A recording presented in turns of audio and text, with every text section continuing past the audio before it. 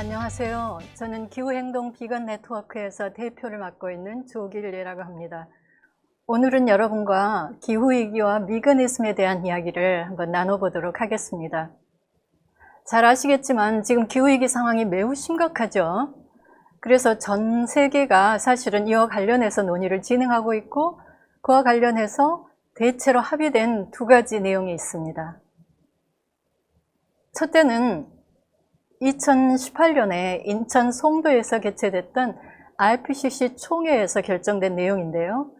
여기에서 이 기후위기 대응 목표를 전 세계가 산업화 이전보다 평균 기온을 1.5도 이내로 제한하자는 데 합의를 했습니다. 이것은 굉장히 중요한 합의인데요. 왜냐하면 2015년에 파리에서 UN 기후변화 당사자공회 협상에서 전 세계가 이 목표치를 2도 이내, 가능하면 1.5도씨까지 이렇게 설정을 했었거든요. 근데 그게 불과 3년이 채 되지 않아서 그 목표가 사실은 안전하지 않다는 걸 전 세계가 사실은 인식을 하게 됐다는 걸 뜻해요. 그래서 1.5도 이내로 제한하자라고 하는 그런 합의가 2018년에 이루어졌습니다. 그 다음에 이제 우리나라에서도 많이 얘기되고 있지만 2050년까지 넷제로를 달성해야 된다. 이런 논의가 있고 세계가 거기에 이제 맞추어서 감축안들을 지금 마련하고 있는데요. 유감스럽게도 작년 UN 기후변화 당사자국 협상에서 중국과 인도는 여기에 동참하지 않았어요. 굉장히 많은 온실가스를 배출하는 나라인데요. 이들 나라들이 여기에 동참하지 않아서 사실은 미지수인 그런 목표인 셈인데요. 과학자들이 제시한 것을 보면 2030년까지 대략 온실가스 배출량을 절반으로 줄여라, 지금의. 그리고 2050년까지는 이 총 배출량이 50억 톤, 즉 5기가톤 수준이고 탄소 흡수원과 기타 탄소 포집 등의 그런 이 작용을 통해서 그 50억 톤을 흡수해 드림으로써 넷제로를 만든다. 이게 이제 전 세계가 지향하고 있는 그런 목표입니다. 그러니까 우리는 이 목표에 도달해야 인류가 이 행성 위에서 여전히 살아갈 수 있고 사실은 이 생태계 붕괴를 막을 수 있다라고 하는 것, 이런 것에 대한 그런 일반적인 합의가 이루어졌다고 보시면 되겠습니다.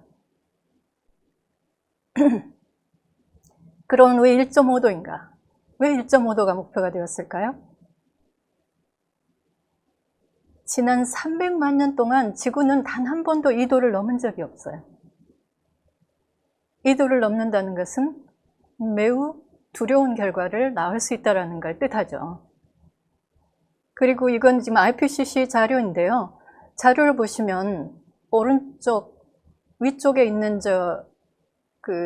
지구본 사진을 보시면 1.5도가 상승됐을 때 전 세계의 온도 분포가 어떻게 변화할지를 보여주는 거예요. 1.5도만 상승해도 북극 지역은 이미 이 위험 수준의 그런 열파에 영향을 받게 됩니다. 이게 굉장히 우리로서는 좋지 않은 신호인 것이 이 북극 지역에 전 세계의 생태계를 유지하는 데 중요한 그런 생태계 거점 시스템들이 몰려 있어요. 그린랜드 빙하, 북극의 바다 빙하, 그 다음에 영구동토층, 그리고 캐나다 쪽에 보레알 삼림, 이런 중요한 거점 생태 시스템들이 이 북극에 몰려 있는데 저렇게 기온이 상승하게 되어 이곳에 빙하가 녹아내리고 그 다음 영구동토층이 더 심각하게 녹아내리게 되면 그 과정, 이러한 연쇄작용을 통해서 전 지구적으로 재난이 발생할 수도 있는 그런 상황이기 때문이에요. 2도씨가 위험한 건 그림에서 이미 보이죠. 북극의 일정 지점은 평균 기온이 7도 이상 상승할 수 있다는 걸 보여주는 거예요. 그래서 이 그림만으로도 2도라고 하는 목표는 굉장히 위험한 목표다라는 걸 우리가 알 수 있어요. 그래서 중요한 것은 최대치로 잡아도 1.5도를 넘어서는 안 된다는 게 과학자들의 생각이에요. 한 IPCC 과학자는 1.5도도 안전하지가 않다. 그건 우리가 타협을 했었던 것이다. 이렇게 얘기하기를 해요. 왜냐하면 10만 년 전에 최고 온도가 1.1도씨였어요. 그런데 2022년 지구는 지금 과학자들의 이야기에 하면 1.2도 상승했다고 하거든요. 그 위험한 한계를 우리가 이미 넘어선 상태예요. 1.5도가 지나면 해수면이 2m까지 상승하는 것을 막을 수 없다고 해요. 사실 두려운 이야기죠. 1.5도만 상승해도 상당히 위험한 결정적인 순간이 닥칠 수가 있다는 거예요. 이제 과학자들의 그런 예측이라고 하는 게 지금 지난 20년간 계속해서 변하고 있었어요. 20년 전에는 과학자들이 IPCC라고 하는 거는 UN 산하에 있는 과학자들의 조직이에요. 수천 명이 여기서 같이 활동을 하고 있죠. 근데 그 조직에서 어떤 결과를 얘기했냐면 평균 기온이 5도 내지 6도를 넘으면 불가역적인 변화를 촉발하는 그 티핑 포인트를 맞이하게 될 거다. 그 문턱값을 넘어갈 거라고 생각을 했었어요. 그런데 이 자료를 보면 2018년 자료를 보면 이미 1.5도부터 2도 넘으면 그 티핑 포인트를 맞을 수 있다고 하는 거 우리가 볼 수가 있어요. 근데 올해 지금 이것은 그 Climate Works라고 하는 Climate Works DAC 그런 그 포럼에서 요한 록스트림 교수가 아래 있는 그런 그 과학자 집단을 대변해가지고 발표한 내용이에요. 올해 2022년 6월달 가장 최신의 그런 자료라고 보시면 돼요. 불가역적인 변화를 촉발하게 되는 티핑 포인트가 1.5도에 있다. 저기 보시면 알겠지만 1.5도가 넘어서면 하이 리스크, 매우 높은 위험 단계에 이미 들어서게 돼요. 그 다음에 2도씨가 넘어버리면 very high risk예요. 그래서 1.5도를 넘으면 안 된다. 근데 이 1.5도에 대해서 작년 8월 달에 발표된 IPCC 6차 보고서의 기후위기 진단과 전망이라는 첫 번째 보고서에서 IPCC가 뭐라고 얘기를 했냐면 1.5도 상승 구간이 2021년, 작년부터 2040년 사이에 어딘가에 있을 수 있다라고 그렇게 얘기를 했어요. 그럼 2022년에 우리 인류는 이미 1.5도 상승 구간 안에 존재하는 거예요. 얼마나 위기가 가까워져 있는가를 이 과학자들이 느슨하게나마 이미 이야기를 해주고 있어요. 이게 아까 제가 언급했던 그 Climate Works DAC Summit라고 하는 2022년 6월 22일에 있었던 그 포럼에서 여기 보이시는 이 요한 록스트림 교수가 발제를 한 내용이에요. 1.5도씨는 진짜 기후와 이 행성의 한계선이다. 즉 기후이기 때문에라도 그리고 생태계 붕괴를 억제하기 위해서라도 1.5도씨는 절대로 넘어서는 안 된다. 이렇게 이야기를 하고 있어요. 그런데 작년 11월 달에 2021년 11월에 영국 글래스고우에서 UN 기후변화 당사자국 협상, 즉 COP26이 열렸어요. 그때 이제 전 세계가 온실가스 감축안을 다 제출했어요. 동참하기 위해서 이 기후위기 대응에 우리나라도 했었죠. 근데 만약에 전 세계가 제출한 그 감축안을 그대로 세계가 약속을 지킨다고 해도 평균 기온이 몇 도 상승해요? 2.4도가 상승한다고 해요. 그럼 방금 전에 말씀드린 그런 그 데이터를 토대로 우리가 생각해보면 지구를 구하기는 불가능하다는 뜻이잖아요. 이런 상태가 되면 인류가 아직 살아남아 있다고 해도 물과 식량을 확보하기 위한 전쟁을 해야 되는 그런 지경에 이를 것이다. 이렇게 과학자들이 이야기를 해요. 사실 이거는 제가 그 COP26 글래스고우에서 한 과학자가 자기 손자의 사진을 들고 와서 한 이야기예요. 손자의 사진을 협상장에서 이렇게 손 위에다 올려놓고 보여주면서 우리가 이걸 해내지 못한다면 우리 아이들은 물과 식량을 얻기 위해서 전쟁을 하면서 살아야 할 거다. 그렇게 호소를 했던 그런 내용이에요. 그래서 우리는 위험이 너무 가까워져 버렸다는 걸 알 수가 있어요. 우리가 막연히 기후위기다, 재난이다 이렇게 생각하고 있었던 것보다 이런 다양한 과학적인 데이터들은 절박한 그 위험의 순간이 너무 가까워져 있다는 걸 우리한테 얘기해 주고 있어요. 이건 올해 나온 자료예요. 2022년에 WMO는 세계 기상기구예요. 가장 빠르게 소식을 알려주는 기구예요. 기상기구가 2022년부터 2026년 사이에 한 해는 1.5도를 넘을 수도 있다. 그 확률이 50%다. 이렇게 얘기를 했어요. 작년에는 WMO가 뭐라고 얘기를 했냐면 40%라고 했어요. 그 말은 앞으로 4년 사이에 우리는 어쩌면 1.5도의 문턱을 넘어버릴 수도 있다고 하는 그런 대경고예요. 그래서 안토니오 구테르스 유엔 사무총장이 이렇게 얘기를 했어요. 이제 우리가 모두 함께 힘을 모아서 공동 대응을 할 것인가, 아니면 집단 자살을 하는 것인가 라는 그 순간에 인류가 지금 봉착하게 되었다, 직면하게 되었다, 그렇게 얘기를 한 거예요. 상황이 이렇게 절박하기 때문에. 그럼 한번 볼까요? 지금 현재 지구는 산업화 이전보다 1.2도 상승했어요. 이 상승한 상태에서 어떤 일들이 진행되고 있는지 한번 봐요. 주로 작년과 올 사이에 지구상에서 벌어졌던 일들을 제가 모아서 여기 보여드릴 거예요. 북극이 38도까지 올라갔어요. 재앙이죠. 그린랜드 빙하가 하루에 80억 톤이 녹았는데 이게 플로리다를 5cm를 덮을 양이래요. 단 하루가 녹았는데. 근데 앞으로는 이 녹는 속도가 더 빨라지게 돼요. 왜냐하면 빙하에 균열이 생겼죠. 그 다음에 그 아래에 물길이 생기는 거예요. 이를테면은 그린랜드 땅 위에 이제 빙상이 얹어져 있잖아요. 그린랜드는 육지 위에 빙상이 얹어져 있었는데 균열이 생기고 그러면 이게 이제 물길이 생기는 거예요. 크레바스가. 그래가지고 빙하 밑을 이것들이 공략을 하게 돼요. 그러니까 이게 떨어져 나가기 훨씬 용이하게 되는 거죠.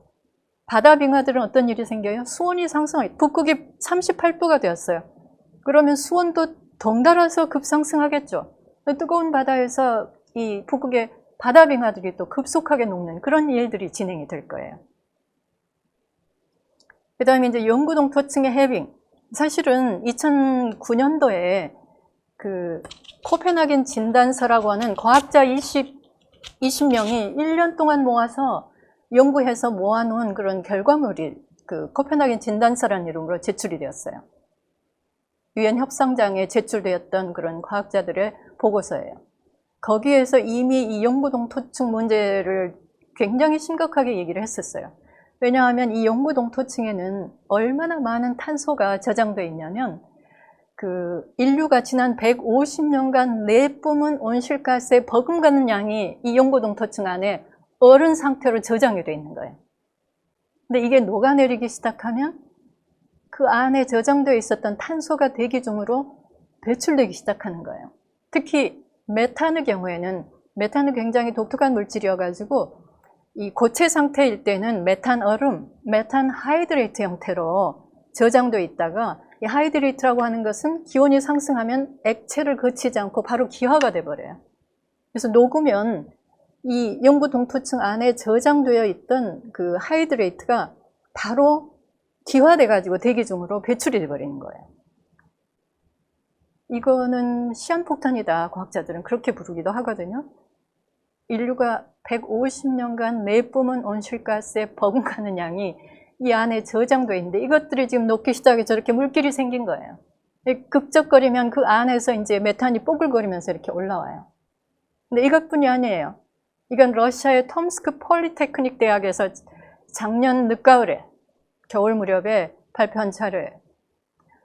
이 메탄이 영구동토층에만 있는 게 아니라 해저에도 있어요. 대륙붕하고 시메스 사이에 한 400m 정도 되는 그 지점에 가장 많이 저장되어 있다고 하는데 바다의 수온이 상승하기 때문에 바다에서도 메탄이 분출되기 시작하고 있어요. 저기 보이는 저 가운데 보이는 저게 지금 메탄이 분수처럼 올라오는 그런 장면이에요. 그래서 북극의 메탄 농도가 전 세계 평균의 9배까지 치솟았어요. 두려운 일이에요. 이게 지금 2022년 1.2도가 상승한 상황에서 지금 지구에서 벌어지고 있는 일들이에요. 저를 가장 놀라게 했던 거예요. 중국이 40도가 넘었대요. 40도가 넘으니까 가로수에서 자연 발화가 진행된 사진이에요. 그러면 앞으로 중국이 40도가 넘으면 전 세계적으로 40도가 넘는 곳들이 이제 막 굉장히 많이 증가할 수밖에 없어요. 기온이 상승하면. 그렇게 되면 산에 있는 나무들은 안녕할 것이며 도시에 있는 나무들조차 안녕할 것인지 우리가 생각을 해야 돼요. 저를 가장 충격에 빠뜨린 그런 보도가 바로 이 자료였어요. 그 다음에 이제 영국이 40도가 넘었거든요. 철도가 녹기 시작했어요. 정부가 기차 여행을 자제하도록 공고를 하는 이런 지경에 이르렀거든요. 그래서 철도를 얼음으로 이렇게 이 냉찜질을 시키는 이런 내용들이 보도가 됐거든요. 사실 1.2도에도 너무 많은 일들이 우리가 상상하지 못했던 재난들이 지금 발생을 하고 있는 거예요. 작년에 캐나다에서 발생했던 열돔 현상이에요. 1만 년 만에 열파다, 열돔이다 이렇게 얘기를 했거든요. 1만 년은요. 인류 역사가 갑자기 문명이 발달하기 시작한 신석기 시대를 가리키는 거예요. 신석기 시대 이래로 처음으로 이런 열돔 현상이 일어난 거예요. 순식간에 하루 만에 230명이 죽었어요. 그리고 그 연안을 지나가던 밴쿠버 연안을 지나가던 연어들의 피부가 다 벗겨져 가지고 연어에 살이 드러난 채로 산란을 하러 캐나다로 올라가는 위쪽으로 올라가는 그런 사진들이 작년에 보도가 되었어요. 이건 브라질 이야기예요. 브라질이 이것도 100 몇십 년 만에 가뭄이 들었어요.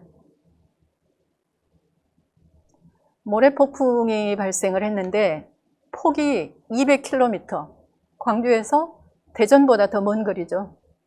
그 다음에 높이가 2km의 모래폭풍이 발생을 했어요. 이 방송을 보면 이건 지구의 종말이야 이렇게 외치는 소리가 들려요. 이게 작년에 발생했던 일이에요. 가뭄이 들지 않아야 할 곳에 가뭄이 드는 거예요. 그 이유는 제가 조금 이따 다시 설명을 해드릴게요. 왜 브라질에 이런 가뭄이 들고 사막화가 진행이 되고 이런 모래폭풍이 부는지는 조금 이따 설명드리겠습니다. 그래서 이건 우리에게 보내는 마지막 경고로 우리가 읽어야 된다. 같은 자료예요. 누구도 안전하고 피할 수 없다. 저 사진은 이 브라질의 관타나우 습지에서 원래는 호수였던 곳이 가물어 가지고 호수가 완전히 바닥을 드러내고 그 호수에 조금 깊은 곳에 피신했던 물고기들이 마지막을 맞은 사진이에요. 우리의 미래를 보는 것 같아요. 인류의 미래를. 기후위기 상황이 지금처럼 계속되면 이제 인류가 감당할 수 없는 재난들이 발생할 거예요. 그러면 상대적으로 기후가 더 안전한 나라의 사람들은 조금은 버티겠죠. 그리고 돈이 조금 더 많은 사람들은 조금 더 버티겠죠. 하지만 저 물고기처럼 누구도 hot house earth, 찜통 지구가 되는 이 지구에서는 어떤 인간도 생존할 수가 없어요. 이 사진은 우리들의 미래를 보여주는 그런 사진이라고 말할 수가 있어요. 제가 이 사진 보고서 바로 캡처한 이유가 너무 충격을 받았기 때문이에요. 이건 우리의 미래다. 인류가 지금처럼 이렇게 수수방관하고 이렇게 안일하게 대응한다면 머지않아서 우리에게도 이런 상상할 수 없는 일이 닥칠 수도 있겠다. 그런 생각을 했었어요. 그러면 지금 상황에서 인류와 지구를 구하는 것이 가능할까? 이런 질문은 안 들릴 수가 없죠. 왜냐하면 이미 기후 우울증이라거나 혹은 지금은 더 이상 불가능할지도 모른다. 이런 이야기들이 나오고 있기 때문이에요. 근데 저는 이 질문을 던지고 싶어요. 던져야 한다고 생각을 해요. 사실 과학자들 두 사람이 대담을 나눌 때 그 사회를 보시던 분이 굉장히 조심스럽게 그 최고의 석학인 그 지속가능성 전문가에게 이렇게 물었어요. 당신에게는 too late, 너무 늦었다고 말하는 게 터부예요? 하고 물었어요. 과학자들이 너무 늦었다고 말하는 것은 터부인가요? 이렇게 물었어요. 그러자 그 질문을 받은 과학자가 터부라고 말할 것은 없죠. 하지만 사실 우리가 늦었다라고 우리가 손을 놓는 순간 지구의 기온은 2도, 3도 급상승하게 될 겁니다. 그럼 우리 아이들은 너무나 큰 고통 속에 살게 될 거예요. 우리가 최대한의 노력을 해서 그걸 조금이라도 덜어준다면 그건 우리 기성세대로서 다음 세대를 위해서 우리가 할 수 있는 최소한의 예의라고 생각해요.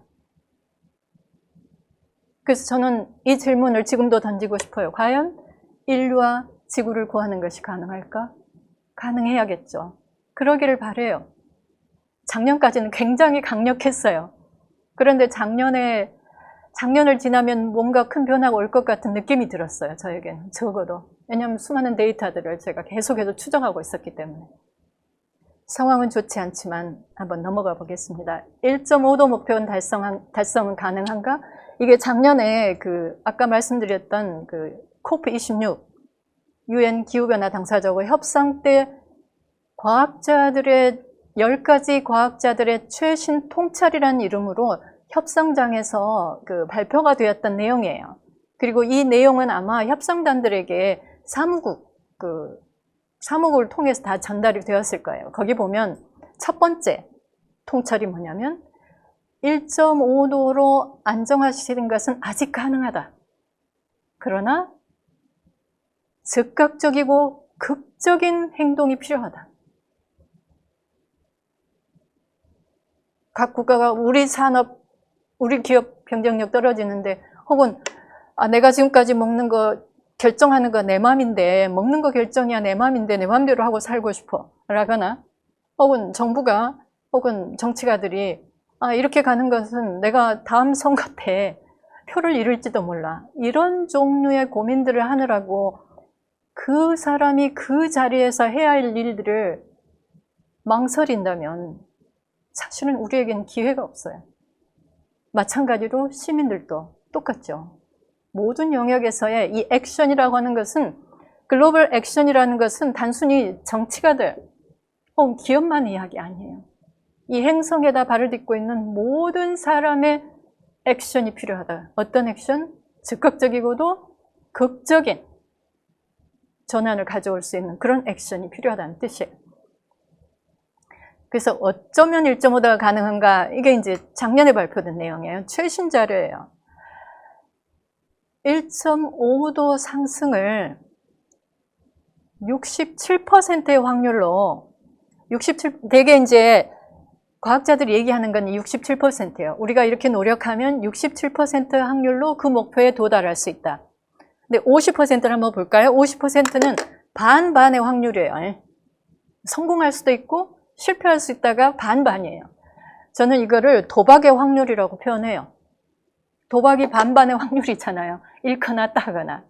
반반의 확률로 1.5도 달성하려면 매년 20억 톤을 줄여야 돼요. 그런데 그래도 실현 가능성이 높은 67%의 확률로 이 1.5도 달성을 하기 위해서는 온실가스를 얼마를 줄여야 돼요? 매년 저 밑에 보면 4가 쓰여져 있죠. 4기가톤, 즉 40억 톤씩 줄여야 돼요. 40억 톤은 어느 정도의 규모냐면 지금 인류가 한 해에 한 400억 톤 배출하고 있거든요. 매년 10%씩 줄여야 하는 거예요. 근데 유감스럽게도 작년보다 코로나 지나고 올해 온실가스 배출량이 늘었다고 하고 그리고 이 10%를 달성한 국가가 전 세계에서 단 한 국가도 없습니다. 그럼 어떻게 해야 되지? 대전제는 모두가 지금 할 수 있는 건 모든 것을 다 해야 된다. 이게 대전제예요. 전 지구적 차원, 국가적 차원, 혹은 정부 차원, 그 다음에 지방정부 차원, 기업, 개인, 시민 할 것 없이 모두가 할 수 있는 것은 다 해야 되는 그런 상황이에요. 그럼에도 불구하고 중요한 몇 가지, 이거는 지금 당장 해야 된다는 3가지가 과학자들에게서 제시가 되었어요. 첫째, 화석연료를 사용하지 않는 쪽으로 에너지 전환. 당연히 가야 됩니다. 이걸 망설이는 정치가는 국제사법재판소에다가 사실은 고발을 해야 돼요. 왜냐하면 그 일을 하라고 우리가 뽑아준 거거든요. 어떤 일? 우리를 살려라고. 국민의 목숨만큼 소중한 게 어디가 있어요. 그런데 앞으로는 기후위기가 국민의 목숨을 뺏어가게 됐거든요. 이번에도 보세요. 서울에서 느닷없이 물이 불어가지고 그냥 정말로 손 쓸 새 없이 시민들이 순식간에 세상을 떠났잖아요. 이런 일이 앞으로도 심각하게 될 텐데 에너지 전환은 국민의 목숨을 살리는 일이에요. 물론 지구의 행성을 위기로부터 구하는 그런 일이기도 하고요. 그런데 많은 사람들은 에너지 전환만 하면 기후위기를 극복할 거라고 생각을 하는데 절대 아니에요. 이걸 발표한 과학자는 뭐라고 얘기를 하냐면 equally important, 명백하게 그렇게 해서 똑같이 중요한 게 먹거리 전환이다. 그 다음에 세 번째로 똑같이 중요한 게 자연 생태계의 탄소 흡선 유지이다. 왜 그런가에 대해서 이제 말씀을 드릴게요. 왜? 먼저 탄소 흡선부터 할게요. 왜 탄소 흡선 유지가 중요한가?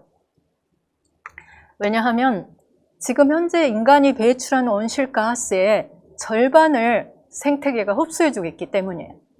바다가 절반, 그 다음에 육지의 생태계가 절반에서 그러면 한번 생각해 보세요. 아까 10%씩 줄여야 되는데 이 생태계가 제 기능을 상실하게 되면 온실가스가 10%가 줄여지는 게 아니라 100%가 늘어나는 거잖아요.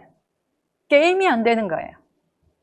즉 생태계가 그 역할과 서비스의 경계를 넘어서 버리면 그때는 인간이 온실가스 배출을 줄여도 전혀 도움이 되지 않아요. 인간이 이 지구온난화에 많은 영향을 끼치고 있지만 이 지구 시스템, 이 생태계 자체가 촉발할지 모르는 온난화의 대먹임에 비하하찮은 수준이다. 이 온난화의 대먹임이라는 게 무슨 뜻이냐면 생태계 안에는 탄소가 저장돼 있어요. 근데 여러 가지 다양한 이유로 생태계가 품고 있던 그 탄소가 대기 중으로 분출돼 버릴 수 있어요. 아까 영구동토층은 기온이 상승하면 대기 중으로 분출한다고 그랬죠. 바다에 있던 메탄도 기온이 상승하면 그렇죠. 열대우림 같은 경우에는 나무를 베어내버리면 건조화가 일어나고 나무가 흡수해주던 그 기능을 상실하게 돼서 오히려 토양에 있던 탄소가 대기 중으로 분출되는 이런 일들이 발생하거든요. 그래서 인간이 아무리 영향을 많이 미친다고 해도 자연 생태계가 만약에 이런 일을 해버리고 나면 그때는 우리가 손을 쓸 수가 없어요. 인간에게는 기회가 없어지게 되는 거죠. 근데 이미 이런 생태계 연쇄 붕괴가 시작됐어요. 이건 작년에 제가 컬로큐비움, 서울연구원에서 주최한 컬로큐비움에서 접했던 자료예요. 기후변화뿐만 아니라 이 기후를 조정하는 대규모의 생물리학적인 그런 시스템들이 15개가 있어요, 지구에. 이거를 이제 티핑 포인트라고도 해요. 급변점들이라고도 해요. 근데 그 중에 작년에 9개가 상당히 위험한 급변점 근처까지 갔다. 이렇게 이야기를 했었거든요. 올해. 작년 봄에 들었어요. 작년 가을에. 아까 얘기했던 COP26에서 이 자료를 제가 접하게 되었어요. 그 중에 5개. 북극바다 빙하, 그린랜드, 그 다음에 대서양을 위아래로, 적도로부터 북극까지 이렇게 그 대서양을 흐르는 그런 해양 순환 벨트가 있어요. 이것의 흐름이 급속하게 지금 느려져 버렸어요. 이것도 재난이에요. 이제 재앙이거든요. 그 다음에 아마존 열대우림, 남극 서부빙하. 이 5개는 인간이 노력을 해도 다시 되돌릴 수 없고 계속해서 붕괴의 방향으로 진행이 될 거다라는 충격적인 사실을 접하게 됐어요.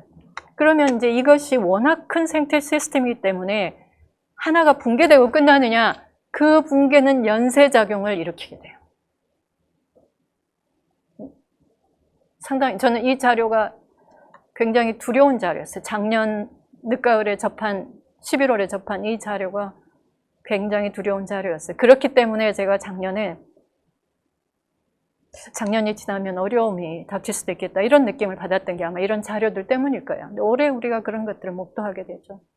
그래서 이제 기후변화는 1도 상승하고 거기서 0.05도 더 상승하고 이렇게 선형적으로 진행되지 않을 거다. 우리가 예측하지 못했던 돌변 상황들이 발생할 것이다. 이미 캐나다의 열돔 현상이나 이런 것들이 일종의 돌변 현상들이에요. 그것들을 우리는 이미 목도하고 있어요. 앞으로는 더 빈번해지고 그 규모도 우리가 상상할 수 없는 이런 일들이 발생할 수도 있다. 이렇게 얘기가 되어지고 있어요.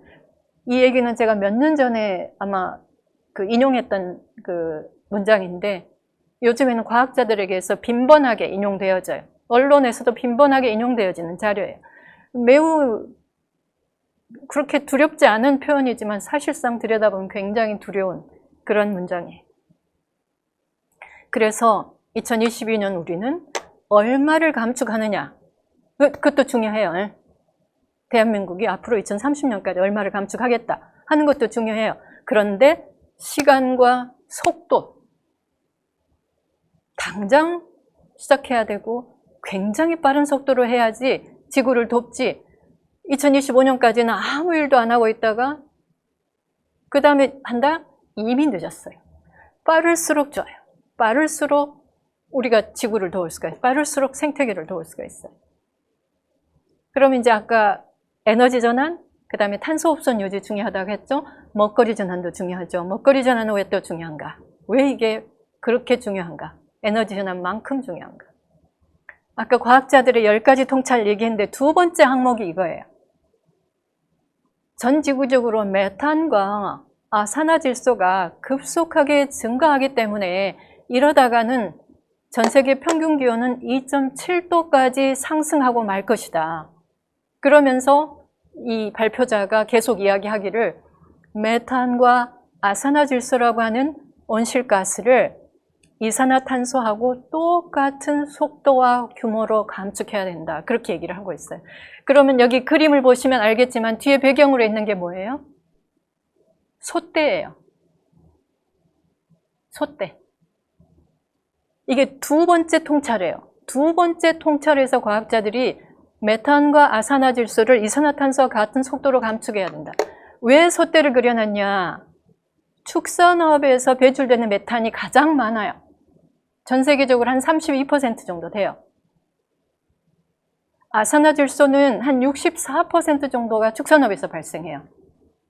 따라서 메탄과 아산화질소를 줄이기 위해서는 축산업, 그 다음에 우리의 식단이 변화되지 않고는 급속하게 이걸 줄일 수가 없는 거예요. 근데 그 메탄과 아산화질소를 이산화탄소하고 똑같은 속도로 그리고 규모로 줄여야 한다. 이게 과학자들이 제시한 두 번째 통찰이에요. 한번 볼까요? 이건 IPCC 자료인 것 같은데요. 저쪽이 화석연료로 인해서 발생하는 온실가스예요. 이 왼쪽이 농업과 그 다음에 토지 개간으로 인해서 발생하는 온실가스예요. 그러면 보시면 알겠지만 화석연료로 인해서 발생하는 온실가스가 이 농업 토지 개간보다는 더 많죠. 그러면 이 0 아래 이 부분은 뭐냐면 그런데 화석연료를 태우면 지구를 냉각시키는 물질들도 같이 배출돼요. 그럼 이게 단기적으로는 상당히 많은 부분을 상쇄하잖아요. 그러면 농업 먹거리 분야죠, 이게. 토지 개간도 되게 농사 지으려고 지금 개간을 많이 하잖아요. 농업과 토지 개간에서 발생하는 온실가스는 이 화석연료보다는 적어요. 그런데 냉각 효과도 화석연료보다 적어요. 따라서 이 부분을 무시하고는 이 기후위기에서 인류를 구할 수가 없어요. 그리고 아까 메탄 말씀드렸죠. 이게 농업 분야에서 발생하는 메탄의 양이에요, 여기가. 그 다음에 화석연료에서 발생하는 메탄 양은 이 정도예요. 그래서 이 축산업에서 발생하는 메탄을 줄이지 않으면 기후위기를 극복하는 것이 사실은 불가능할 수 있어요.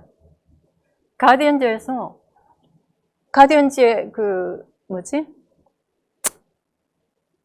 헤드라인이 바로 그 내용을 다루고 있었어요. 메탄을 줄여라. 그렇지 않으면 지구의 멸망과 직면하게 되리라. 이렇게 얘기를 할 정도로 이 메탄을 줄이는 것이 중요한 그런 화두로 지금 떠올라 있는 그런 상태예요. 이거는 2020년 11월 달에 사이언스지에 발표된 논문이에요. 국제적인 이 연구자 조직이 함께 연구한 그런 내용인데요. 사이언스지는 세계적으로 가장 권위 있는 과학 잡지예요. 뭐라고 얘기를 했냐면 에너지 분야의 탈탄소에 당장 성공한다고 해도 식품 생산과 소비 과정에서 발생하는 온실가스 때문에 기후위기 극복이 불가능하다. 따라서 먹거리 전환은 반드시 함께 가야 된다. 더 이상 먹는 것은 사적인 문제가 아니에요. 개인의 취향 문제가 아니에요. 근데 이제 2022년이 더 어려워져 버렸네요. 지금 기후위기 문제가 지금 오늘의 주제인데 덧붙여져 있어요. 생태위기. 아까 제가 5개의 거점 생태 시스템이 이미 급변점을 넘었다라는 그런 과학자의 발표가 있다고 했었죠. 플러스 생태위기, 플러스 뭐예요? 팬데믹. 팬데믹은 그 자체로도 문제지만 국가가 여기에다 얼마나 많은 예산을 투입했어요? 그 예산과 그 역량들이 어디로 갔어야 해요? 기후위기 대응으로 갔어야 했어요. 근데 이런 게 발생할수록 기후위기 대응 역량이 그만큼 쪼그라드는 거예요. 전지구적으로. 마찬가지예요. 우크라이나 전쟁도 마찬가지예요. 아까 공동 대응이냐 집단 자살이냐 이렇게 얘기를 했었죠. 결국 이 기후위기는 전 지구가 함께 공동으로 대응해야 하는 거잖아요. 그런데 우크라이나 전쟁을 통해서 무슨 일이 발생하고 말았어요? 균열이 생겼죠. 서로 간의 신뢰가 해체돼 버린 거예요, 이제. 사실은 러시아도 함께 가야 되고, 우크라이나도 함께 가야 되고, 영국도 함께 가야 되고, 미국도 함께 가야 되고, 함께, 중국도 함께 가야 되고, 인도도 함께 가야 되고, 함께 힘을 합쳐서 해야 될 일인데, 이 전쟁도 빨리 종식이 돼야 해요. 빨리 평화가 오고, 빨리 신뢰가 회복돼야 해요. 지구를 위해서라도. 우크라이나 전쟁은 멈춰야 합니다. 이건 이제 조금 우리가 더 자세히 이해하기 위해서 이 지구의 안녕을 결정하는 데는 기후변화만이 중요한 게 아니에요. 이 지구가 인간이 살 수 있는 공간이 되기 위해서는 생물 다양성도 건강해야 돼요. 온전하고 그 다음에 토지 개간도 적정량만 해야지 돼요. 마구잡이로 토지를 방화 개간하는 이런 일들을 멈춰야 하는 거거든요. 그 다음에 물은 인류가 생존하기 위해 대한 가장 기본적이고 소중한 자원이에요. 이것 없이는 이 지상에 어떤 생명체도 살 수가 없어요. 풀 한 포기도 살 수가 없는 거잖아요. 금성 혹은 이 화성을 보면 우리가 알 수 있잖아요. 그 다음에 이제 이거는 좀 전문적인 것일 수 있는데 생지화학적 유입량인데 구체적으로 보면 질소와 인이라고 하는 이런 물질이 생태계에 얼마나 투하가 되느냐, 생태계에 얼마나 잔존해 있는가, 이것이 또 이 생태계의 안녕을 우리가 가늠하는 데 중요한 지표예요. 이건 좀 이따 다시 말씀드릴게요. 이 해양의 산성화, 그 다음에 대기권의 에어로졸 부하, 그 다음에 성층권의 오존 파괴, 그 다음에 이제 진귀한 물질, 이런 것들은 이 자료가 충분히 모아지지 않은 영역이에요. 어쨌든 이게 지금 제가 2019년에 접한 자료인 것 같아요. 근데 2015년, 17년에 발표된 자료로서는 이 생지화학적 유입량하고 생물 다양성이 당시에는 위험 한계를 넘어서 버렸다. 이렇게 과학자들이 진단했던 영역인데 작년 11월 달에 보니까 기후변화는 빨간불이 이미 들어왔고 그 다음에 생물 다양성은 이미 2015년에도 멸종률이 위험 단계에 들어서 있었고 그 다음에 토지 개간 문제가 새롭게 위험 단계에 들어선 걸 알 수 있어요. 그 다음에 역시 생지화학적 유입량인 질소와 인의 과부하 문제가 이 위험 단계에 넘어섰다고, 하나, 둘, 셋, 4개의 영역이 위험 단계에 들어선 거를 작년에 제가 발표 현장에서 이거를 알게 됐어요. 근데 문제는 바로 이 4개의 빨간불이 들어온 이 영역, 이게 식량 생산, 특히 축산업과 밀접한 연관이 있다는 사실이에요. 혹시 아셨을까요? 이런 내용을 알고 계셨을까요? 전부 과학적인 팩트예요. 과학자들이 발표한 내용들이에요. 온실가스 많이 배출해요. 조금 이따 보여드리겠어요. 그 다음에 가장 많은 토지를 사용하고 이 경작지의 83%를 축산업이 사용하고 있어요. 거기에서 나오는 칼로리는 18%에 불과한데, 그 다음에 다함수 소비, 또 역시 축산업이 가장 많이 사용해요. 그 다음 생물 다양성의 최대의 위협이고, 그 다음에 아까 질소화인 과부하의 주된 출처가 축산업이에요. 구체적으로 왜 육식을 하는 거? 육식은 이제 어류를 먹는 것까지 다 포함하는 거고요. 그 다음에 축산업이 왜 문제인가? 이거는 이 IPCC 보고서에 인용된 자료예요. 제가 이런 출처를 여기 나란히 다 기록을 해놓은 이유는 이게 2016년부터 2019년, 2018년에 네이처지, 그 다음에 UN 그 생물다양성 과학자 기구, 그 다음에 PNAS라고 하는 미국의 권위 있는 잡지에 발표됐고 IPCC 2019년 특별보고서에 인용된 자료들이에요. 그래서 이것들의 신뢰도를 말씀드리기 위해서 일부러 다 인용을 해놓은 자료고요. 근데 그 중에서 이제 이 출처 1에는 뭐라고 되어 있냐면 식량 시스템에서 발생하는 온실가스가 전체의 25%. 근데 그 중에 80%가 축산업에 관계되어 있다. 그러면 25 곱하기 8, 한 20% 정도가 축산업 때문에 발생한다. 이렇게 얘기를 하고 있고요. 그 다음에 이 자료는 여기도 한 18% 정도, 여기서도 한 19% 정도 그렇게 얘기가 되었어요. 그래서 저는 대체적으로 지금 축산업에서 발생하는 온실가스는 한 18부터 20% 정도다. 그렇게 이야기를 합니다. 그 다음에 이제 2019년에 발표된 이 UN 산하의 생물 다양성을 연구하는 과학자 기구예요. 거기에서 이 보고서를 발표했는데 그 안에서 어떤 내용들이 나오냐면 축산업은 이 서식지 파괴의 가장 큰 원인이고 그 다음에 이 생물 다양성 손실의 주 원인이다. 이렇게 얘기를 했어요. 그 다음에 축산동물의 수가 현재 육지의 대형 동물의 90%, 이건 원래 우리 조상들이 살던 시대에는 제로였어요. 그러다가 아주 미미한 정도로 그렇게 그 존재를 하다가 지금 현재는 육지의 대형 동물의 90%가 원래는 필요하지 않았던 그런 대형 동물이 늘어나게 된 거예요. 이것으로 인한 문제점들이 이제 발생하는 거죠.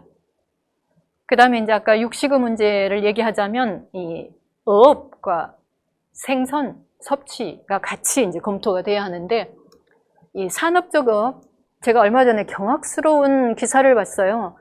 이 GPS 시스템 드론을 이용해가지고 그 어류 떼를 잡아서 무슨 대박이 났다 이런 기사가 난 거예요. 이게 바로 전형적인 이런 이 생태계를 파괴하는 산업적인 어업의 전형인데 그걸 기자가 아주 자랑스러운 정말 뭔가 횡재를 한 것 같이 그렇게 기사를 써가지고 제가 아주 충격을 받았어요. 아, 기자의 인식이 이 정도구나. 아직도 기후위기하고 생태계 위기에 대한 인식이 이 정도구나 해서 제가 사실 충격을 받았거든요. 산업적 어업은 그냥 바닥을 싹쓸이를 해버리는 거예요. 남겨놓지 않고. 그래서 지금 대형 어류가 이미 90%가 사라졌어요. 너무 열심히 잡아먹어서. 우리가 즐겨 먹는 뭐죠? 대구? 또 이 멸종 위기종이에요. 너무 열심히 먹어가지고. 그래서 이런 산업적 어업은 매번마다 축구장 4,300개의 크기의 바다를 초토화시켜요. 산호, 해초, 물고기, 큰 물고기, 작은 물고기, 먹는 물고기, 안 먹는 물고기. 할 것 없이 다 잡아서 이게 큰 그물로 이렇게 올리기 때문에 안 먹는 물고기도 건져 올리는 동안에 다 숨이 막혀서 죽게 돼요. 그럼 그 물고기를 어떻게 해요? 바다에다 다시 버려요. 이런 일들이 진행이 되고 있어요, 바다에서. 근데 이 바다의 생태계는 아까 말씀드렸죠. 인간이 배출한 온실가스의 절반을 흡수해줘요. 그 절반을 흡수해주는, 무엇이 흡수해주는가? 바다의 해초들, 다시마, 미역, 이런. 그 다음에 플랑크톤. 그 다음에 물고기가 바로 그런 탄소를 흡수해서 저장하고 있는 그런 흡수원이에요. 그렇게 해서 50%를 흡수해주고 있는데 한 어떤 영화에서는 앞으로 2048년이면 이대로 가면 바다가 텅 비게 될 거다. 그래서 2048년 이전에는 인류가 아마 사라지게 될 것 같은 그런 생각이 들었어요. 그 다음에 바다에서 플라스틱 쓰레기 얘기하죠. 빨대 쓰지 말자. 그거는 0.03%밖에 안 돼요. 전 바다의 해양 쓰레기에 플라스틱 쓰레기 0.03%, 46%는 어선이 버린 어망이에요. 플라스틱 쓰레기의 46%는 어선이 버린 어망이에요. 그러니까 사실은 환경운동도 본질적인 것에 집중할 필요가 있다는 생각을 해요. 부분적인 것을 건드리지 않으면 사실은 좀 편하죠. 본질적인 걸 건드리지 않으면 편하죠. 그렇지만 우리가 이 어려운 이 위기와의 싸움에서 이기기 위해서는 우리는 본질을 건드리고 그 문제를 해결해야 돼요. 이게 이제 UN 환경계획이라고 하는 UN 산하 기구죠. 전 세계 기후 협상도 이 UNEP에서 주관을 합니다. 물고기와 수초, 식물성 플랑크톤, 탄소를 격리한다. Fish carbon stabilizes our climate. 이렇게 돼 있잖아요. 물고기가 저장하는 탄소가 우리 기후를 안정화시킨다. 그래서 우리가 물고기를 잡아먹으면 먹을수록 그만큼 더 탄소 흡수원이 고갈된다는 걸 뜻해요. 그 다음에 이제 왜 축산업이 문제인가? 탄소 흡수원을 파괴하기 때문에. 아마존 방화의 사진이에요. 그 오른쪽에 있는 저 자료는 방화로 불이 난 그 아마존 지역을 다 표시한 그런 그 사진이에요. 그래서 어떻게 돼버렸어요? 아마존 열대우림이 더 이상 탄소를 흡수하지 못해요. 오히려 탄소를 배출해버리게 된 거예요. 그런데 아마존 열대우림이 탄소를 구체적으로 얼마나 흡수해줬는지 아세요? 아주 옛날 얘기가 아니라 1990년대에 아마존 열대우림은 한 해에 20억 톤을 흡수해줬어요. 20억 톤이면 인류가 한 해에 아까 400억 톤 배출한다고 했죠. 20억 톤이면 몇 %예요? 5%잖아요. 그걸 우리가 잃어버린 거예요. 상실해버린 거예요. 아마존 열대우림 한 군데가 탄소 배출원이 됨으로써 우리 인류는 그 소중한 도움을 더 이상 받을 수 없게 돼버린 거예요. 그리고 그 소중한 도움을 받을 수 없게 된 원인은 육식과 축산업이에요. 왜냐하면 아마존 열대우림의 이 방화 개간의 주된 원인이 축산업을 위한 사료 경작지, 그 다음에 목초지를 만들기 위해서 벌어지는 일이기 때문이에요. 거의 80%, 90%가 축산업 때문에 지금 방화 개간이 이루어지고 있거든요. 그러니까 온실가스 배출만은 문제가 아니에요. 온실가스도 많이 배출했죠. 그렇지만 상상할 수 없는 그런 규모로 탄소 흡수원 파괴에 우리가 먹는 먹거리가 기여를 하고 있는 거예요.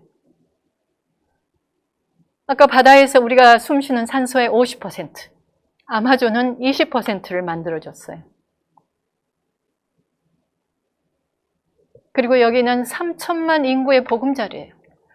원래 아메리카가 그랬고 아마존이 그랬듯이 이곳은 인디언들의 땅이에요. 근데 외부에서 들어온 침략자들이 이 땅을 우리 것이라고 빼앗아 버렸죠. 인디언은 그 속에서 자연하고 함께 너무나 조화롭게 살았어요. 감동적인 이야기가 많아요. 인디언들은 나무 한 그루를 베어낼 때도 나무 앞에 무릎을 꿇고 이렇게 조아리면서 얘기를 해요. 정말 미안하다고. 하지만 우리는 네가 꼭 필요하다. 그러니 우리가 부득이 이 나무를 베어내는 것을 용서해다오. 기도를 하고 나무 한 그루를 베어요. 근데 지금 아마존에서 어떤 일들이 일어나고 있어요? 베지도 않아요. 불내버려요. 불로 태워요. 인건비가 많이 들기 때문에. 그 안에 있는 생물들이 다 죽게 되겠죠. 그 생물들은 인간들에게 뭘 줘요? 인간에게 약을 줘요. 그 다음에 인간이 그 어떤 영감을 얻어가지고 어떤 개발을 하는 데 도움을 줘요. 그 미미크리라고 그래요. 자연을 흉내내가지고 그로부터 새로운 기술이나 이런 것들을 개발하게 되는데 이런 존재들이 같이 한꺼번에 사라지는 거예요. 우리를 도와주는 그런 존재들이 한꺼번에 사라지는 거예요. 그곳은 그들의 집이었어요. 그들에게 속했어요. 인간이 쳐들어가서 약탈하고 파괴하기 전에. 자연권, 생물권 이런 것들을 함께 생각해보면 좋겠어요. 그것이 우리 인간에게 도움이 돼요. 바다도 그렇고 바다의 생물도 그렇고 숲속에 있는 모든 생물도 그렇고 나무도 그렇고 혹은 그 밑에 있는 기름진 땅들도 그렇고 이 모든 것들은 거기에 그냥 그렇게 조용히 존재하면서 인간을 말없이 돕고 있었어요. 근데 무지한 인간들이 이 모든 것들을 파괴하면서 스스로를 지금 파괴시키고 있는 그런 상황이에요. 아마존은 우리하고 먼 얘기가 아니에요.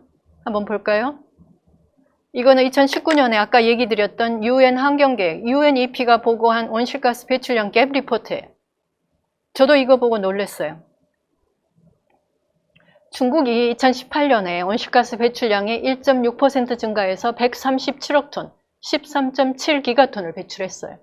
미국은 전체의 13%를 배출해서 점차 감소 추세. 이게 굉장히 중요해요. 주로 지금 이 유튜브는 광주시 공무원들을 대상으로 하는 1차적으로 그런 그 자료로 제가 알고 있는데요. 미국은 전체 정부 차원에서는 한동안 이 기후위기 대응에 대해서 미온적인 태도를 가졌었어요. 그런데 각 주들은 그렇지 않았어요. 각 주들이 주 나름대로 온실가스 대응과 정책들을 계속해서 꾸준히 펼쳐나갔어요. 그렇기 때문에 이게 가능한 거예요. 그래서 중앙정부의 문제만 우리가 중앙정부만 바라보고 있을 게 아니라 지방정부와 지자체들이 각기 나름대로 최선을 다해서 대응 목표를 정하고 정책을 만들고 실행하고 그래야 한다는 거예요. 왜 이런 사례가 있기 때문에 정부가 미온적이었어도 점차 감소 추세라고 하는 이런 결과를 우리가 만들어낼 수 있는 거예요. 근데 이게 이제 키워드예요. 제가 왜 이걸 영어로 그대로 했냐면 제가 번역해가지고 망칠까 봐. 근데 만약에 토지 개간을 통해서 발생하는 온실가스 배출량을 우리가 포함시키면 이 순위가 1위가 중국, 2위가 미국 이렇게 되는데 그 순위가 바뀔 것이다. 브라질이 가장 온실가스를 많이 배출하는 국가가 될 것이다.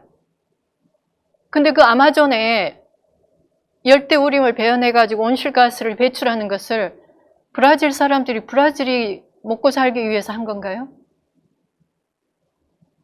전 세계에 있는 축산 동물들을 먹이기 위해서 한 거예요. 우리나라의 축산 사료의 32% 정도가 브라질에서 수입이 돼요. 아르헨티나에서 16%, 남미에서 48%를 한 절반 가까이를 우리나라가 수입했어요. 그러면 이 아마존에서 벌어진 이 방화개간 그리고 온실가스 한 해 한 이 5%에 달하는 탄소 흡수원이 사라진 것, 대한민국도 책임이 있어요. 전 세계가 사실은 책임 있는 거죠. 그 다음에 이제 조금 생소한 질소와 인의 과부하 문제가 왜 이 생태계를 지키는데 그렇게 중요한가에 대해서 얘기를 하도록 하겠습니다. 왜 축산업이 문제인가에 대한 얘기를 하고 있는데 질소와 인의 과부하의 주된 원인 출처라는 거예요. 질소와 인이 왜 문제냐면 질소와 인은 영양물질이에요. 질소 비료라는 말씀 들어보셨죠?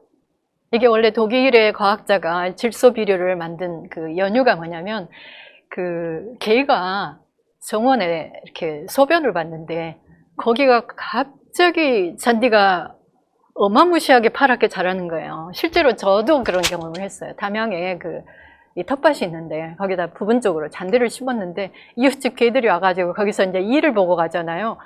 거기만 잔디가 한 해만 그런 게 아니에요. 얼마나 질소가 강력하냐면 이렇게 잔디가 있는데 봉군처럼 거기만 잔디가 그렇게 파랗게 자라는 거예요. 그래서 질소의 위력을 제가 느꼈는데 그렇기 때문에 이제 농가에서도 질소를 쓰고 그 다음에 축분 발효 비료에도 질소와 인이라고 하는 영양물질이 있어요. 축산 분뇨에도 질소와 인이라는 영양물질이 있어요. 인간의 배설물에도 마찬가지예요. 근데 워낙 많은 축산동물이 지구상에 존재하다 보니 질소와 인이 너무 많이 바다와 해양 생태계로 유입이 되고 또 인류가 지나치게 과잉 경작을 하다 보니 아프리카는 부족하지만 질소 비료를 아프리카로 보내야 돼요. 과잉 경작을 하다 보니 땅과 바다가 질소 비료나 이런 인 비료나 이런 것들로 인해서 질소와 인의 과부하가 걸리게 되는 거예요. 그래서 부영양화란 영양물질이 많다는 뜻이에요. 그리고 부영양화의 다음 단계는 녹조와 같은 이런 이제 2차적인 현상이 나타나는 걸로 보시면 돼요. 그 다음에는 이제 데드존, 해양의 데드존, 이런 것들이 부영양화로 인해서 차례차례 발생을 하게 됩니다. 그래서 이 부영양화의 원인은 78%가 농업 때문이에요. 그리고 전체의 57%가 축산업 때문이다. 절반이 넘는 원인 제공자가 축산업이에요. 이 조셉 포어 교수인데, 이분은 옥스퍼드 대학 동물학과 교수예요. 나중에 다시 인용될 거예요. 이분은 원래는 지속 가능한 축산업이 없을까에 대해서 연구를 시작했어요. 5년짜리 단연 프로젝트의 연구를 시작을 했는데 1년간 연구를 하다 보니까 축산업은 더 이상 지속 가능할 수가 없다. 이거를 연구 과정을 통해서 자기가 절감을 하게 된 거예요. 그래서 본인 스스로가 우유 달걀도 안 먹는 채식인, 비건 채식인이 됐어요. 이분이 이제 5년간 연구 끝에 자기 동료와 같이 연구한 끝에 내놓은 자료에 들어있는 내용이에요. 사이언스지에 보도됐어요. 2018년에 사이언스지에 보도된 논문이에요. 그리고 전 세계적으로 질소 비료를 가장 많이 사용하는 것이 축산 사료경작지. 축산 사료경작지는 유기농으로 농사를 짓지 않습니다. 무조건 소출이 많아야 돼요. 생산량이 많아야 되기 때문에 비료를 몽땅 갖다가 거기다가 붓겠죠. 그래서 전 세계 생태계가 수용할 수 있는 질소 비료의 양은 4,400만 톤인데 무려 전 세계에 1억 5천만 톤이 투하가 되고 있다고 합니다. 그럼 어떤 일이 발생해요? 식물이 부분적으로 흡수하고 나머지는 땅에 저장이 돼서 비료 독성층을 형성하게 돼요. 표토에서 한 30cm 깊이에 있는 이 지점에 우리나라의 모든 땅들이 다 그래요. 대한민국은 건강한 질소의 이 함유량의 한 10배 이상이 지금 땅에 질소 함량이 그렇게 높아요. 그래서 왜 농부들이 쟁기질을 하는 이유가, 어떤 과학자가 이제 웃으면서 그런 얘기를 해요. 농부들이 다 이유가 있다. 왜냐하면 이 비료 독성층이 형성이 된 뿌리가 이걸 뚫고 못 들어가요. 그 모종을 할 때 어떤 안내를 받냐면, 비료를 식물의 뿌리가 닿지 않게 모종을 심으세요. 근데 비료를 뿌리고 식물의 뿌리가 닿잖아요. 죽어버려요. 왜냐하면 이게 독하기 때문에. 그래서 지점을 이렇게 경운을 해서 뒤집어요. 그렇게 되면 어떤 일이 벌어져요? 질소가 뒤집어지잖아요. 뒤집어지니까 이것이 대기 중으로 아산화질소라고 하는 온실가스로 배출이 되어져요. 이런 일들이 반복이 되고 있어요, 지금. 그래서 이제 축산분뇨는 지하수로 흘러들어가지고 인간의 건강을 위협하고, 그 다음에 강과 호수로 흘러들어가서 녹졸라떼, 저산소증, 그 다음에 해양 대두존의 원인이 됩니다. 특히 녹조 문제가 지금 대두되고 있는데요. 녹조 발생 원인은 4가지예요. 기본적으로 질소와 인과 같은 영양물질이 유입이 돼야 해요. 숲속에 있는 그런 이 호수에 녹조가 발생하던가요? 깨끗하죠. 안 발생해요. 왜냐하면 이런 영양물질이 없기 때문이에요. 그 다음에 영양물질이니까 반드시 유입이 돼야지만 녹조가 발생합니다. 영양물질이 유입이 되지 않으면 녹조는 발생하지 않습니다. 그 다음에 유속이 저하돼야 돼요. 이게 지금 이제 4대강 사업이 그래서 얘기가 되는 거예요. 흐름이 저하되면 그때 녹조 발생이 심해질 수 있는 그런 원인 제공을 하는 거죠. 그 다음에 온도가 상승해야 돼요. 그래서 8월, 9월 이 무렵에 녹조가 그렇게 심한 거예요. 뜨거워지니까, 물의 온도가. 그 다음에 일사량이 많을 때, 9월 햇볕에. 그래서 요즘에 이제 녹조가 발생해가지고 언론에서도 자주 얘기가 되는데요.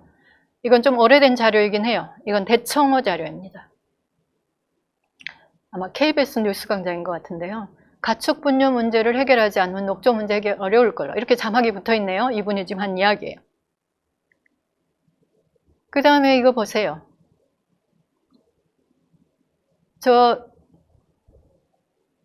이 보시면 알겠지만 색깔이 초록색이잖아요. 논에 물이 들어왔는데 녹조물이에요. 최근에 이 보도 많이 됐는데 그러면 쌀에서도 녹조 독성인 마이크로시스텐이 검출이 된대요.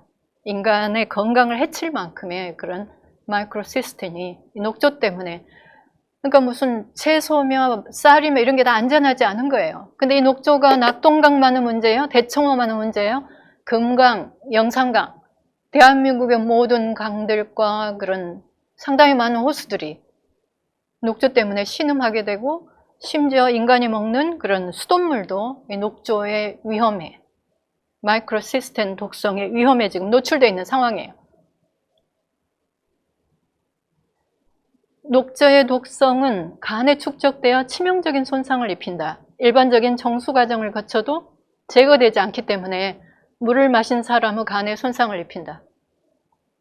그래서 특정 지역의 특정한 간암이 다른 지역보다 3배 이상 발견이 됐다고 하는 그런 보도가 이 동영상 자료 안에 들어 있습니다. 상당히 심각한 거예요.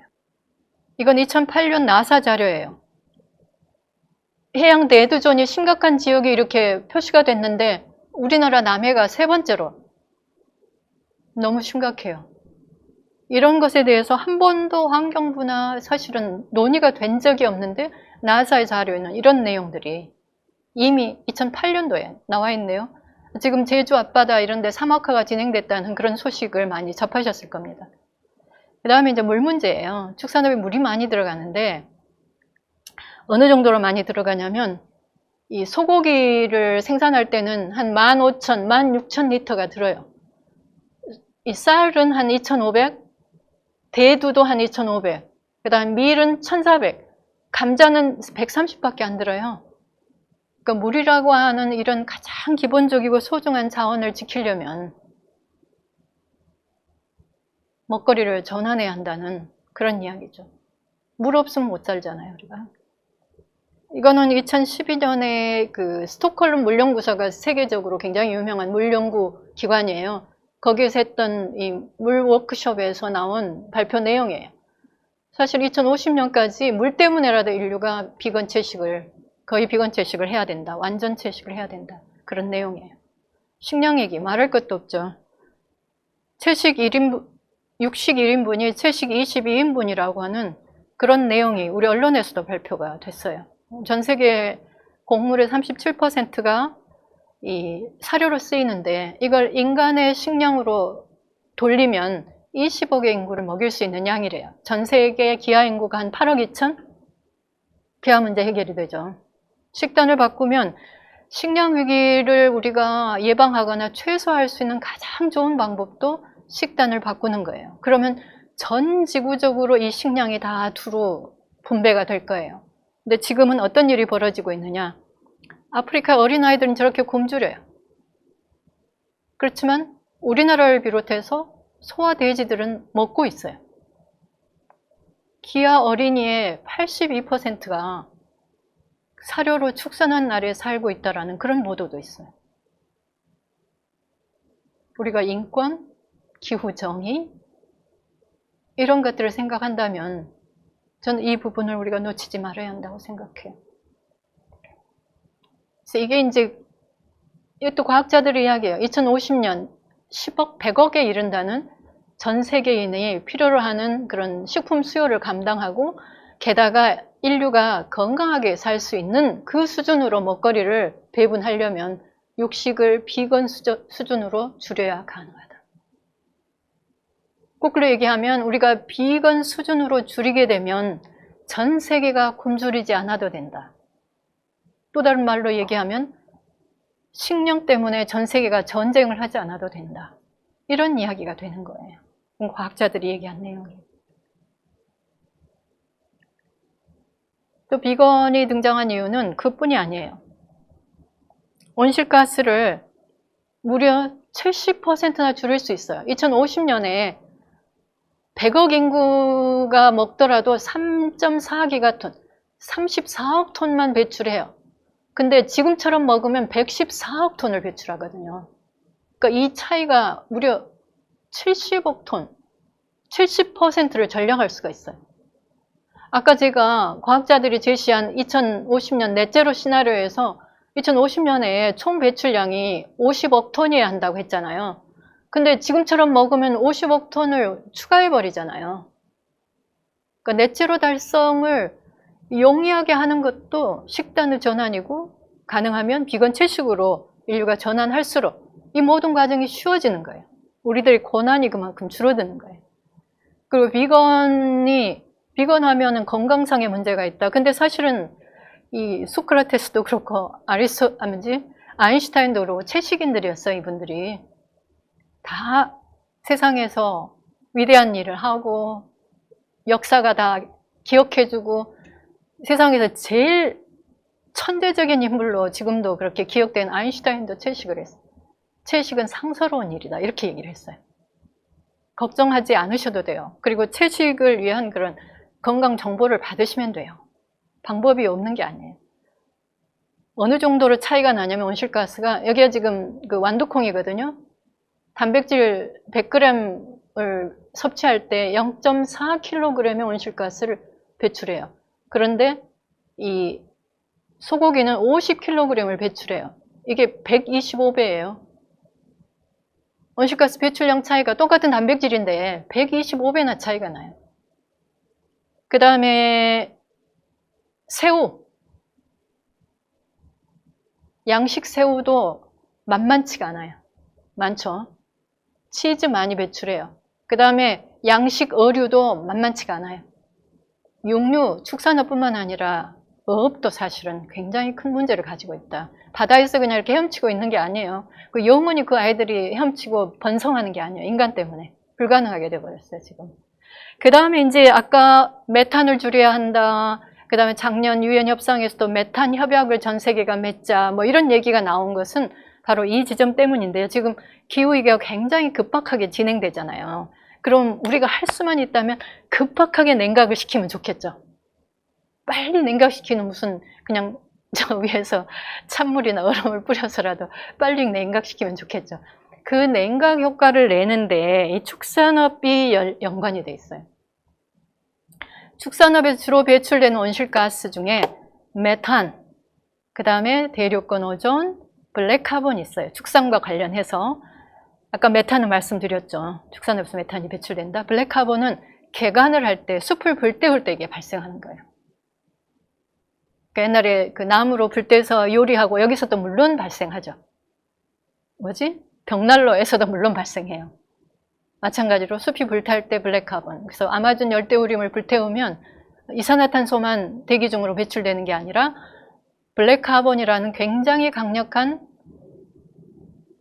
온난화 물질이 배출이 돼요. 어느 정도로 강력하냐면 이산화탄소의 2530배. 그다음 메탄은 얼마나 강력한 온실가스냐면 이산화탄소의 80배에 달하는 온난화 효과를 가진 물질이에요.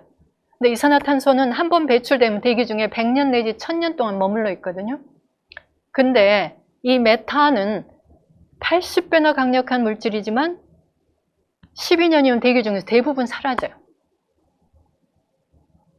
그렇기 때문에 지금 메탄을 줄이면 어떤 일이 발생하겠어요? 빠른 냉각 효과를 거둘 수가 있어요. 불태워서 개간하지 않으면 블랙카본이 발생하지 않기 때문에 강력한 온난화 물질을 대기 중으로 내뿜지 않게 되는 거예요. 마찬가지로 이 오존의 경우에도 온난화 효과는 한 1000배 정도 되지만 대기 중에 2, 3주 머물다가 사라져요. 그래서 축산업을 멈추게 되면 이런 이 단기성 온난화 물질이 대기 중에 사라지기 때문에 급격한 냉각 효과를 거둘 수가 있다. 이것도 유엔 환경계획에서 발표한 자료예요. 그래서 이제 작년에 이게 가디언지에 보도됐지만 과학자들의 경고예요. 메탄을 줄이지 않으면 기후재앙에 직면할 것이다. IPCC 보고서 역시, 작년 보고서 역시 메탄이 지구를 과열시키는 데 큰 역할을 한다. 이런 보도를 작년에, 이게 다 작년에 쏟아져 나온 거예요. 그리고 이제 축산업과 관련해서 과학자들이 작년에, 왜냐하면 IPCC 작년 보고서는 2019년이 데이터의 데드라인이었어요. 그러니까 이미 상당히 몇 년이 지났잖아요. 2020년, 21년째잖아요. 1년 반 사이에 굉장히 큰 변화가 있기 때문에 과학자들이 또 모여서 보고서를 펴냈어요. 거기에서 뭐라고 얘기를 했냐면 반추가축, 소나 양, 되새김질하는 메탄을 많이 배출하는 수가 40억이어서 인간과 야생동물의 야생 포유동물의 질량을 넘어섰다. 그만큼 많다는 뜻이에요. 이대로 두면 안 된다. 육류 소비 감축은 채식과 육류 대체품으로 전환이 필요하다. 향후 10년간은 메탄 감축에 집중해야 된다. 이런 이야기들이 과학자들한테 작년에 쏟아져 나왔어요. 과학자뿐만 아니라 UNEP도 작년에 발표한 보고서에서 똑같이 얘기를 했어요. 단기성 온실가스, 특히 메탄을 대폭 즉각적으로 줄이는 데 집중해야 된다. 게다가 비건 채식을 하면 한 해에 5,700억 달러의 그런 이 온실가스 감축으로 인한 경제적인 이득이에요. 그 다음에 이제 비건을 하면 또 아까 탄소 흡수원이 지금 문제라고 했잖아요. 탄소 흡수원을, 거대한 탄소 흡수원을 확보할 수가 있어요. 인간이 사용하는 농경지가, 이 축산업이 농경지의 83%를 사용하고 있거든요. 근데 육류와 유제품을 생산하지 않으면, 즉 비건 채식을 하면 전 세계 농경지의 75%를 줄일 수가 있다. 이게 이제 점차 자연 초지 상태로 돌아가면 여기서 흡수할 수 있는 온실가스 양이 80억 톤. 무려 몇 퍼센트예요? 400억 톤에서 80억 톤, 20%인가요? 어마어마한 잠재력을 가진 영역인 거예요. 아까 그 5년간 연구 프로젝트를 진행했던 이 조셉 포 교수한테 얘기를 했어요. 인터뷰를 했어요. 자기는 지속가능한 축산업을 연구하다가 보니 1년 뒤에는 축산업은 지속가능하지 않다는 걸 알고 자기가 비건 채식인이 되고 말았다. 그래서 만약에 당신이 나에게 육류를 얼마나 줄여야 할까요? 라고 묻는다면 나는 엄청나게 많이 줄여야 합니다. 라고 대답하고 싶습니다. 이렇게 얘기를 하고 있습니다. 채식하면 또 사망률이 10%가 줄어든다네요. 그 다음에 채식을 통해서 줄일 수 있는 의료비가 전 세계 GDP 한 2 내지 3%에 달한다고 해요. 한번 상상을 해보세요. 우리나라에서 제일 돈이 많이 들어가는 질병이 뭐예요? 제일 병원에 자주 가는 질병이 뭔가요? 고혈압, 고지혈, 당뇨, 비만, 암이잖아요. 이것의 주된 원인 제공자가 뭐예요? 육식이죠. 그렇기 때문에 채식을, 이건 지금 그 아래 제시된 이 자료에 들어있는 내용입니다. 제가 인용한 거예요. 그 다음에 이제 건강을, 아까 온실가스를 통해서 5,700억 달러를 줄일 수가 있다고 했죠. 그러면 이제 건강에 드는 비용이 줄어서 비건 채식으로 바꾸면 얼마나 이익을 얻을 수가 있냐면 연간 1조 670억 달러를 절감할 수가 있다는 게 이 연구 보고서의 내용이에요. 그러니까 우리가 얻을 수 있는 이익이 상상을 초월할 정도로 커요. 안 해야 되는 이유가 없을 정도로. 우리가 지금 이처럼 이렇게 절박한 순간에 이 길을 걸어가지 않을 수가 없을 정도로 그로 인해서 얻는 이익이 너무 큰 거예요. 그 다음에 이제 이거는 또한 동물권에 관한 일이기도 해요. 영국은 동물을 작년인가요? 지각 있는 존재로 인정하는 동물법을 작년에 통과시켰어요. 고통도 느끼고 지각이 있고 지성도 있는 그런 존재로 인정을 하는 거죠. 이거는 한 동물 농장에 있는 돼지의 마지막 모습이에요. 인간이 도살하기 전에 이미 생명을 놓고 싶은 모습이죠. 돼지들은 최소한 인간의 5세 정도의 지능을 가지고 있다고 해요. 모든 게 다 가능해요. 대화도 가능하고. 그 누구죠? 제가 이름을 잊어버렸는데 그 배우의 그 반려동물이 돼지였어요. 그 캘리포니아에 지진이 발생했을 때 그 반려동물이 그 배우를 이렇게 깨워가지고 위험해서 이렇게 구해냈기 때문에, 그래서 그분은 인터뷰할 때 반려 돼지를 데리고 다녔다고 해요. 근데 그럴 정도로 이게 소통과 이 삶이 가능한 거예요. 같이 살아가는 그런 존재들을 우리가 사실은 굉장히 고통스럽고 열악한 환경에서 키워서 도살해서 먹고 있는 거죠. 여기 보면 이제 양을 이렇게 우리가 먹는 모든 동물들은 유아기 청소년기에 인간이 도살을 해서 먹는 거예요. 닭은 유아기, 소도 청소년기. 돼지는 한 5개월, 뭐 20년, 소는 한 40년 산다고 그러거든요. 그래서 어린 양들이 이렇게 바라보는, 자기가 죽을 때를 기다리고 있는 어린 양들이에요. 이거는 이제 죽어서 이렇게 벗겨져 가지고 걸려서 나오는 자기 친구들을 보면서 죽을 순간을 기다리는 그런 그 어린 양의 모습들이에요. 이거는 이제 젖소 농장에서 하루에 한 3리터 정도의 우유를 이렇게 생산을 하거든요. 엄마 소가 출산을 하게 되면. 근데 하루에 4리터를 생산하는데 하루에 30리터를 강제 착유기로 뽑아내기 때문에 이런 일들이 발생하는 거예요. 그래서 이 젖통에 염증을 달고 살죠. 그러면 또 주사를 놔야 되겠죠. 그게 우유에 들어가지 않을까요? 이렇게 평생을 고통스러운 삶을 살아요. 이거는 이제 공장식 젖소 농장에서 벌어지는 일이에요. 이렇게 묶어놓고 강제 착육이 달고 평생을. 젖이 안 나오면 다시 이제 강제 임신시키고, 그리고 태어나는 송아지가 숫송아지면 떼어내서 버리거나 일찍 도살해서 송아지 고기로 팔고, 암송아지면 이 엄마 젖소처럼 이런 평생을 살아요. 그러다가 칼슘이 부족해서 다리가 부러지면 그대로 포크레인으로 떠다가 도살장에 보내는, 이게 평생 엄마 젖소가 사는 삶이에요. 이게 버려진 숫송아지예요. 버려진 숫송아지, 죽어가는 숫송아지의 모습이에요. 그래서 어미 젖소가 송아지를 떼내면 트레일러에다 싣고 가면 막 출산한 엄마 젖소가 막 따라가요. 내 아이 내놓으라고 따라가요. 유튜브에 그런 영상도 있어요. 그게 우유를 생산하는 과정에서 발생하는 참혹한 현실이에요. 달걀은 뭐 유기농 할 것 없이 똑같아요. 수평아리들은 이 장면은 나오자마자 이제 수평아리 감별해가지고 그라인더에다 갈아버리는 장면이에요. 우리가 먹는 달걀은 모두 이 고통을 품고 있어요. 지금은 살기 위해서 동물을 죽이는 것이 불가피한 일이 아니라, 특히 대한민국을 보세요. 사실은 먹고 살 수 있거든요. 지혜롭게 먹고 살면 크게 많은 비용을 들지 않아도 우리가 먹고 살 수도 있어요. 육식은 지각을 가진 존재들로부터 그들이 세상에서 가진 유일한 것, 즉 그들의 몸, 그들의 삶을 훔치는 것이다. 습관이나 전통 혹은 식문화라는 이름으로 이런 일을 계속하는 걸 이제는 생각해 봐야 할 때라고 생각합니다. 그래서 저는 제목을, 다른 분도 이런 얘기를 해요. 선택이 가능한 시대에 우린 살고 있다. 옛날처럼 수렵을 반드시 해야 되거나 그런 시대가 아닌 거잖아요. 우린 다양한 가능성을 가지고 있어요.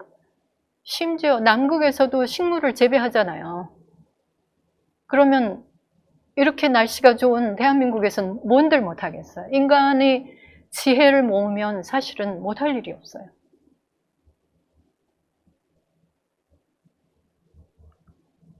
이건 이제 반대되는 그림을 보여주는 거예요. 아마 이게 제가 이 농장에 대해서 알게 된 거는 독일에서 열리는 비건 스트리트라는 축제에서였어요. 거기 갔는데 저는 슈투트가르트에서 그 축제에 참여를 했는데 브레멘에서 수의과 의사들이 팀을 이루어가지고 한 부스를 운영하는 거예요. 거기에서 이 농장에 대한 그런 이 포스터를 팔고 있어서 제가 그 중에 2개를 샀었거든요. 그때 그 농장 그 포스터에서 본 로자 마리히엔이라는 이름을 가진 그 구조된 돼지예요. 그래서 농장에 이렇게 샤워기 밑에서 굉장히 행복하게 샤워하고 있는 어린 돼지의 모습을 담은 포스터가 있었어요. 아까 그 공장식 축산 농장에서 보였던 돼지하고 뭐가 달라요? 눈빛부터 다르죠. 눈이 위로 거꾸로 된 반달로 올라가 있죠.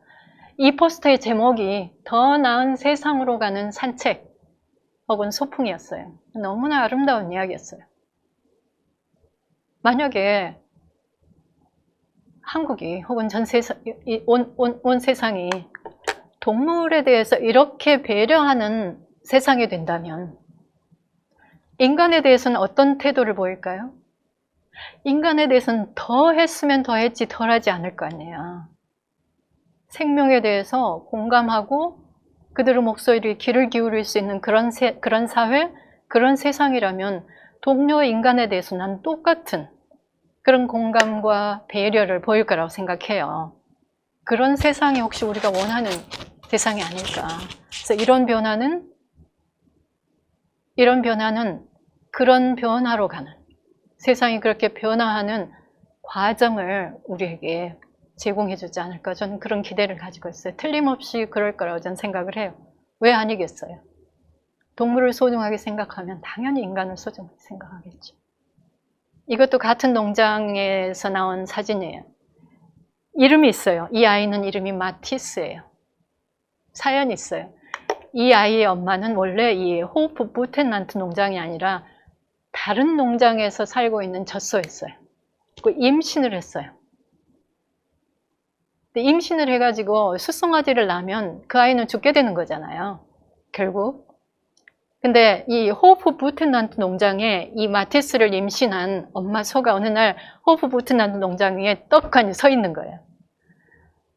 그 동물을 죽이지 않는 농장에 호프 부텐란트는 원래 젖소 농장이었는데 그 운영자가 나는 더 이상 이 짓을 못하겠다. 나는 지금 여기 있는 이 아이들과 평생 함께 살겠다라고 선언을 했어요. 그래서 독일 전역에서 성금이 들어와가지고 그 안락사가 없는 혹은 죽이지 않는 동물 농장이 된 거예요. 원래는 젖소 농장이었다 동물 농장이 된 거예요. 죽이지 않는 동물 농장. 근데 그 호프 부텐란트 농장에 이 마티스의 엄마가 와서 떡하니 서 있는 거예요. 그 호프 부텐란트 농장의 식구들이 다 직감을 했어요. 그래서 이제 거기서 받아들여가지고 출산을 도왔고 그 출산이 독일 전역에 유튜브로 중계가 됐어요. 그래서 숫송아지로 태어났지만 태어나자마자 엄마의 젖을 먹는 장면이 독일 전역에 다 이게 보여진 거예요. 사람들이 감동했다고 그래요. 감동하고 울고 그랬겠죠. 그래서 이 아이는 엄마 곁에서 엄마가 허물을 다 핥아주고 엄마 젖을 먹고 성장할 수가 있었던 거예요. 사람들이 와서 저렇게 안고 보듬고 사는 거예요. 그렇게 되면 이런 모든 존재들이 가지고 있는 그런 개성들이 다 이 동물 농장 안에서 드러나고 그런 개성적인 존재로서 함께 인간과 어우러져 사는 거예요. 이 농장은 감동적이에요. 홈페이지 들어가면 이 농장에서 살다가 떠난 동물들을 기리는 그런 글들이 올라와 있어요. 편지, 시, 뭐 이런 형태로. 사실은 인간이 죽어도 기념하지 않는, 추념하지 않는 그런 사례들도 있잖아요. 근데 여기는 살다 간 동물들을 다 기억을 해요. 그리고 그 이야기들이 그렇게 아름다워요. 그런 꿈을 같이 꿔봐요. 이런 세상, 인간과 동물이 인간답게, 동물답게, 그런 지각 있는 존재답게 살아가는 그런 세상? 이런 것들을 우리가 비건을 이야기하는 이유가 아닐까 그런 생각을 해봅니다. 그럼 이제 과학자와 전문기관들은 먹거리 전환과 관련해서 어떤 이야기를 했는가? 아까 그 조셉 포어 교수가 인터뷰에서 이런 이야기들을 해요. 우리는 최소한 5천억 달러의 농업보조금을, 축산보조금 굉장히 많이 지급되거든요. 지급하는데 그 비용은 정말로 좋은 일. 세상을 지속가능하게 만들고 인간을 건강하게 만드는 데 쓸 수 있다. 그리고 정말 열심히 일하는 수많은 농민들에게 도움을 줄 수 있는 일에 쓸 수 있다. 그 다음에 이제 라벨링을 하라 그래요. 우리가 식품을 보면 뒤에 뭐 콜레스테롤이 얼마가 들어있고 이런 게 붙잖아요. 그런 것처럼 이 식품이 생산되는데 어떤 일들이 발생했는가, 온실가스가 얼마나 배출되고 뭐 이런 것들을 다 쓰게 하는 거예요. 그래서 소비자가 그거를 소비할 때 그걸 알고서 소비할 수 있도록 그렇게 라벨링을 하라. 그 다음에 이제 지속 가능하고 건강한 먹거리에는 지원금을 줘라. 육류와 유제품에는 세금을 물려라. 그것이 공정한 가격 매김이고 지속 가능한 차지, 부담금을 주는 일이다. 이렇게 이야기를 하고 있어요. 자기가 연구를 했기 때문에 그리고 모든 팩트들을 다 가지고 있기 때문에 이렇게 얘기를 할 수 있는 거죠. 채텀 하우스는 영국에 있는 그 싱크탱크예요. 브라질, 중국, 미국, 영국을 비롯해서 12개 국가에서 여론조사를 했어요. 아니, 설문조사를 했어요. 만약에 당신은 국가가 이 지속 가능하지 않은 이 축산업에 대해서 개입을 해서 전환을 가져오도록 하면 찬성하겠느냐? 브라질 같은 국가까지 포함해서 모든 나라의 국민들이 찬성을 했어요. 다수가 찬성을 했어요. 독일에서도 2021년에 국가 개입에 대해 찬성하느냐? 다수가 찬성을 했어요. 그러니까 우리가 그 정치가들이 유권자들의 어떤 그런 눈치를 보고 망설이는 것은 기우일 뿐이에요. 진실을 유권자들에게 알리면 유권자들도 다 이해하고 받아들인다는 거예요. 그게 중요해요. 그래서 이제 국가가 중심이 돼야 하고 국가가 나서야 되고 주도를 해야 되는데 이와 관련된 인식, 기후위기하고 먹거리가 어떤 관계가 있는지 이런 것들을 먼저 알려야 돼요. 그 다음에 국가의 세금이 들어가기 때문에 공공기관, 학교 병원, 학교 공공요양원 이런 데서는 지속 가능한 먹거리가 기본으로 몇 %까지는 반드시 써야 된다, 이런 의무 구매량을 책정하도록 그렇게 만드는 거예요. 그 다음에 이제 세금과 보조금 정책, 이런 것들을 정부가 나서서 추진을 해야 된다. 그 다음에 이제 선택 가능한 채식 식품 선택이 용이해지도록 정책을 만들어라. 가격, 보조금이나 이런 것들을 통해서 지속 가능한 먹거리가 더 싸가지고 더 많은 사람들이 쉽게 살 수 있는 이런 정책들을 펴라. 그런 얘기예요. 이거는 또 다른 위원회예요. 여기에는 이제 세계적인 석학들, 그 다음에 WHO, FAO, 그 다음에 WHO, FAO 이런 UN 기구의 그런 전문가들이 들어있는 그런 위원회예요. 식단의 대전환이 진행돼야 할 과학적 증거는 차고 넘친다. 행동이 늦어질수록 심각한 재난 가능성만 커질 뿐이다. 이렇게 경고를 하고 나섰어요. 여기서 이제 얼마나 많이 줄여야 하느냐를 얘기할 때 그냥 막연하게 하는 게 아니에요.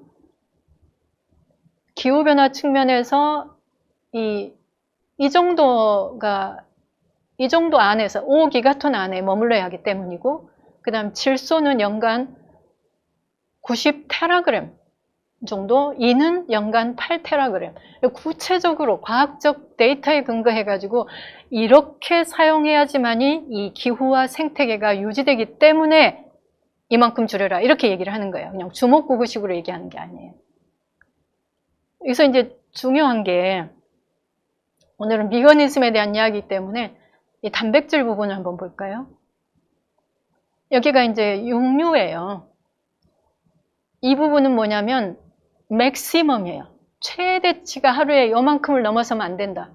하루에 소고기 7g, 돼지고기 7g, 한 숟가락 정도 되나요? 한 숟가락? 두 개 합해서 14g이니까 이거 넘으면 기후위기 극복 못한다, 이렇게 못 박아놨어요, 이 보고서에.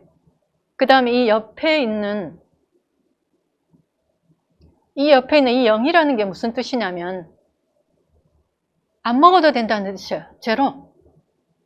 그리고 이걸 얘기할 때 이게 지구 온난화 때문만이 아니라 영양학적으로도 올바른 길이라고 하는 걸, 여기에 이제 존스 홉킨스 대학 전문가도 들어있고, 그 다음에 하버드 대학의 영양 전문학자인 월터 윌렛 교수가 여기 위원회에 들어있어요. 그래서 다 검증이 된 거예요.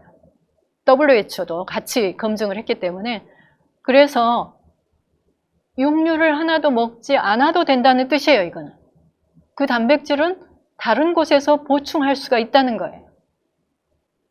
그 대신 이제 꼭 먹어야 되는 것들이 몇 가지가 있는데, 그런 것들은 채소 200g은 꼭 먹어라. 이쪽에 이제 수치가 들어있는 건 꼭 먹는 거예요. 과일 100g은 꼭 먹어라.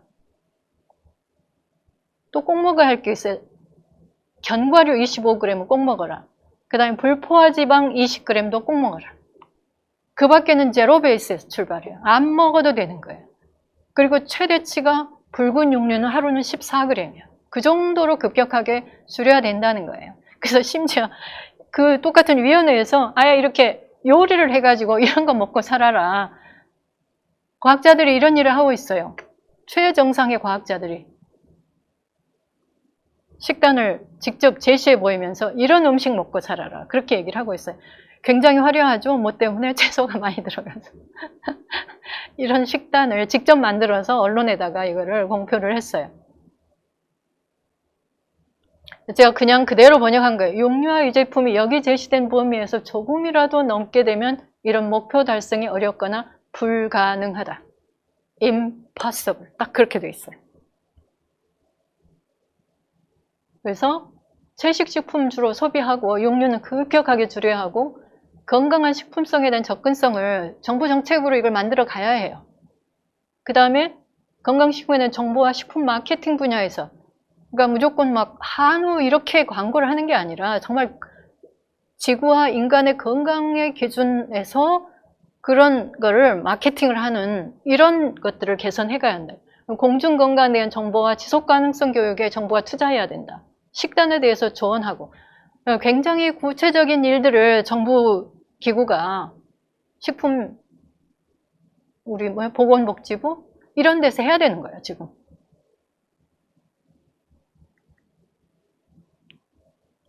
그다음 이거는 이제 록스트링 교수 똑같은 얘기예요. 제가 오늘 하는 이 강의가 중요하고 그리고 광주시에서 근무하는 분들이 모두가 다 봐야 할 이유는 바로 이것이에요.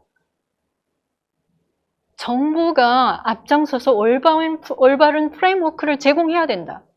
시민들은 개인적으로 식단을 바꾸는 노력을 할 수는 있지만 정치가들의 문을 두드리고 그들에게 더 나은 환경 교제가 필요하다고 꼭 말해야 된다. 즉 정부가 지방정부건 중앙정부건 정부가 함께 가야 된다고 하는 걸 과학자들이 누누이 이야기를 하고 있어요.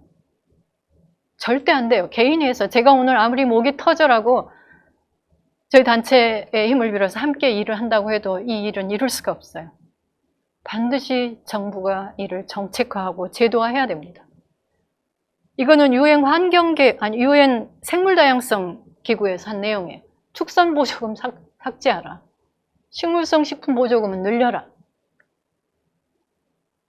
육류 가격이 비정상적으로 낮다. 제가격 매겨라. 그 다음에 육류 소비가 이렇게 많은 거는 광고와 홍보, 미디어에서 무분별하게 먹방이나 이런 것들을 조장하기 때문인 거예요. 이런 것들을 과학자들이 이미 지적을 하고 있어요. 그래서 특히 어린이들이 이런 종류의 광고에 노출되지 않는 그런 정책을 구사해야 된다. 육류 제품 광고 규제를 통해 소비를 줄여야 된다. 이런 이야기들을 이제는 과학자들이 얘기를 하는 거예요. 그 다음에 또 다른 과학자들은 3,600명의 과학자들이 논문을 경고문을 발표했어요. 축산업의 특히 집약적인 축산 농장에 대한 그런 보조금을 삭감해야 된다. 이런 이야기들 과학자들 3,600명이 이야기를 하고 있어요. 영국에서 육류세 도입이 얘기가 됐거든요. 만약에 25%를 상승하면 농업에 미치는 환경 영향을 줄이게 될 거다. 그래서 가격을 올리는 문제 이런 것들이 다른 나라에서는 이야기가 되고 있습니다. 이건 독일에서 작년에 나온 자료예요. 하이니펠 재단은 독일의 녹색당의 싱크탱크예요. 2012년에 이미 한번 이 르몽드지하고 같이 이 미트 아틀라스 육류 도감을 발표했는데 작년에 또 발표했어요. 여기서는 기후와 생물 다양성 보존을 위해 이 플라이시 컨숨 할비어렌 이게 육류 소비를 절반으로 줄여라 이렇게 지금 제안을 했고요. 독일은 이렇게 데이터가 나오네요. 독일 젊은 층들의 채식 인구는 평균보다 2배. 먹거리는 사적인 영역이 아니어서 국가가 개입해야 된다. 여기 있죠. Das der Staat stärker eingreift. 국가가 강력하게 개입해야 된다. 이렇게 얘기를 하고 있어요. 왜냐하면 먹는 것이 더 이상 사적인 문제가 아니기 때문에. 왜냐하면 우리들의 미래를 우리가 살고 있는 이 환경, 이 생태계라고 하는 이 집안을 파괴하기 때문에 먹는 것은 이건 내 문제야, 냅도가 아니에요. 그럴 수가 없다는 거예요. 그것들을 과학자들이 다 밝혀냈어요. 행동하는 정부와 지자체들. 이거는 제가 이 중국어 원전을 찾을 수 없기 때문에 영어를 그대로 인용을 했습니다. 중국 정부는 2030년까지 육류 소비를 50% 줄이기로 했다. 뭐 하기 위해서?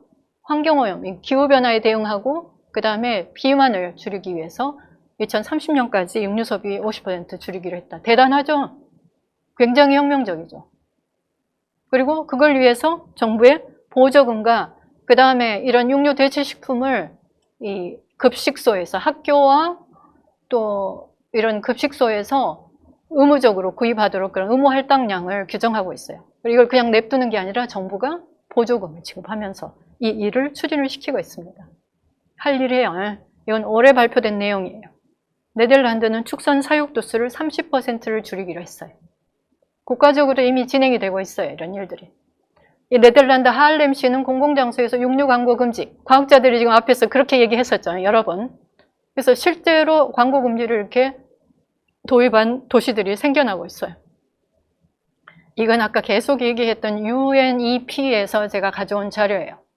독일 농림식품부에서는 급식, 공공급식에서는 육류를 한 달에 20끼니를 제공하면 8번만 제공하라. 일주일에 한 2번이죠.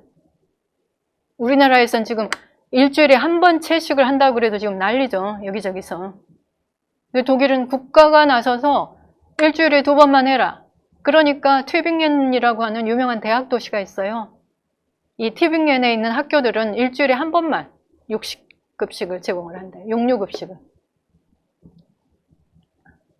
프랑스는 2019년에 에갈림법, 식품법을 만들어가지고 일주일에 하루 이상 채식급식을 해라.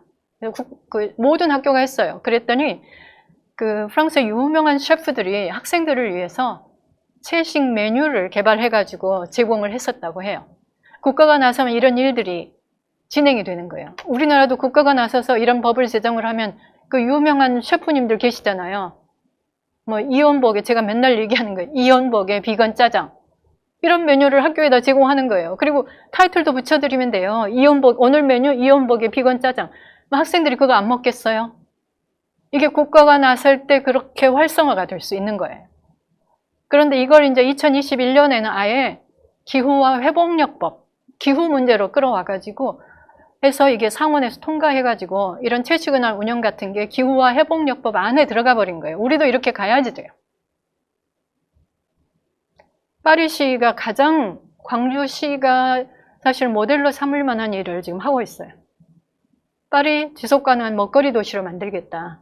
광주에서는 지금 기후 미식 도시로 가자. 그런 얘기가 지금 나오고 있죠. 저희들이 하는 캠페인도 기후 미식 도시 광주예요. 이게 이제 특별한 거예요. 도시들이 식량 생산에 대해서 주의를 기울이고 있을 때, 국가가, 파리시는 우리가 이 식품을 소비하는 과정에서 온실가스를 얼마나 배출하는가를 계산해냈어요. 그리고 소비에서 온실가스를 줄임으로써 생산 현장의 변화를 가져오는 거죠, 당연히. 도시가 이걸 해야, 도시는 농사 짓는 땅이 아니잖아요. 도시는 소비하는 것이잖아요. 그래서 도시에서의 먹거리 전환은 주로 식단의 전환, 식품 소비의 전환, 이 지점에 포커스를 맞춰야지 돼요. 되게 멋있어요. 생산자와 소비자가 손잡고 고기를 덜 먹는 행동과 식습관으로 전환해야 된다. 파리시는 이런 변화를 시민들의 인식 증진을 통해 그리고 경제 주체와 농식품 산업과 함께 실천해 갈 예정. 이게 파리시의 기후행동 플랜이라고 하는 그 보고서에 들어있는 내용이에요. 제가 번역한 거예요. 파리시는 2030년까지, 2030년이에요. 식품 분야 온실가스, 2050년이 아니라 2030년까지 식품 분야 온실가스 40% 감축을 통해 책임 있는 음식물 소비 도시의 모델이 되겠다. 얼마나 멋있어요. 전 세계 모델이 되겠다는 거 아니에요. 그러기 위해서는 어떤 일들을 구체적으로 하느냐. 채식 위주의 식생활, 채식에 대한 접근성 향상. 이게 굉장히 중요해요. 채식하고 싶어도 채식할 수 있는 곳이 없으면 이게 불가능하거든요. 채식의 접근성, 채식하기 좋은 환경, 채식하기 좋은 광주, 이런 것들을 만드는 거예요. 그래서 이런 목표에 도달하려면 시민들은 채식 위주의 식생활, 플렉시테리언이라고 보통 불러요. 근데 채식 위주의 식생활로 전환하고 육류와 생선은 줄이며 지역 먹거리, 그리고 양보다는 질적으로 좋은 음식, 유통거리가 짧은 음식, 채식 위주의 식생활, 지역 먹거리, 유통거리가 짧은 음식 이런 것들을 하는 거예요. 그리고 당사자들과 협력을 통해 영양학적으로 우수한 채식에 접근하기 좋은 여건.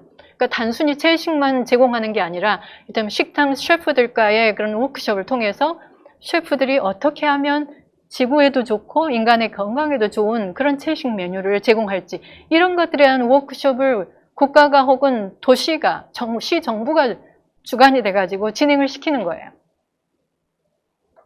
그리고 파리시의 목표는 모든 식당이 한 가지 이상 비건 메뉴를 제공하도록 하는 거예요.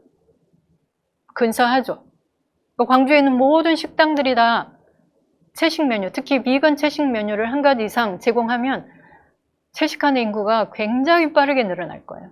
이 인프라가 안 돼 있기 때문에 이 전환이 더딘 거거든요.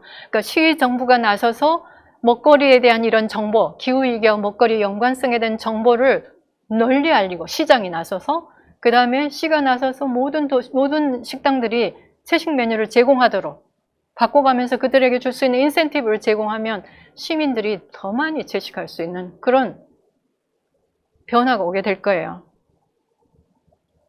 이게 뭐냐면 이 빨간 것이 단백질이거든요. 그래서 육식 위주의 식생활, 채식 위주의 식생활, 즉 단백질 분야에서 발생하는 온실가스를 거의 50%를 56% 줄여서 온실가스 배출을 감축하겠다는 게 파리시의 구체적인, 굉장히 구체적이에요. 이런 사례를 전 본 적이 없어요. 굉장히 멋있어요. 이렇게 가야지 돼요. 변화가 와야 됩니다.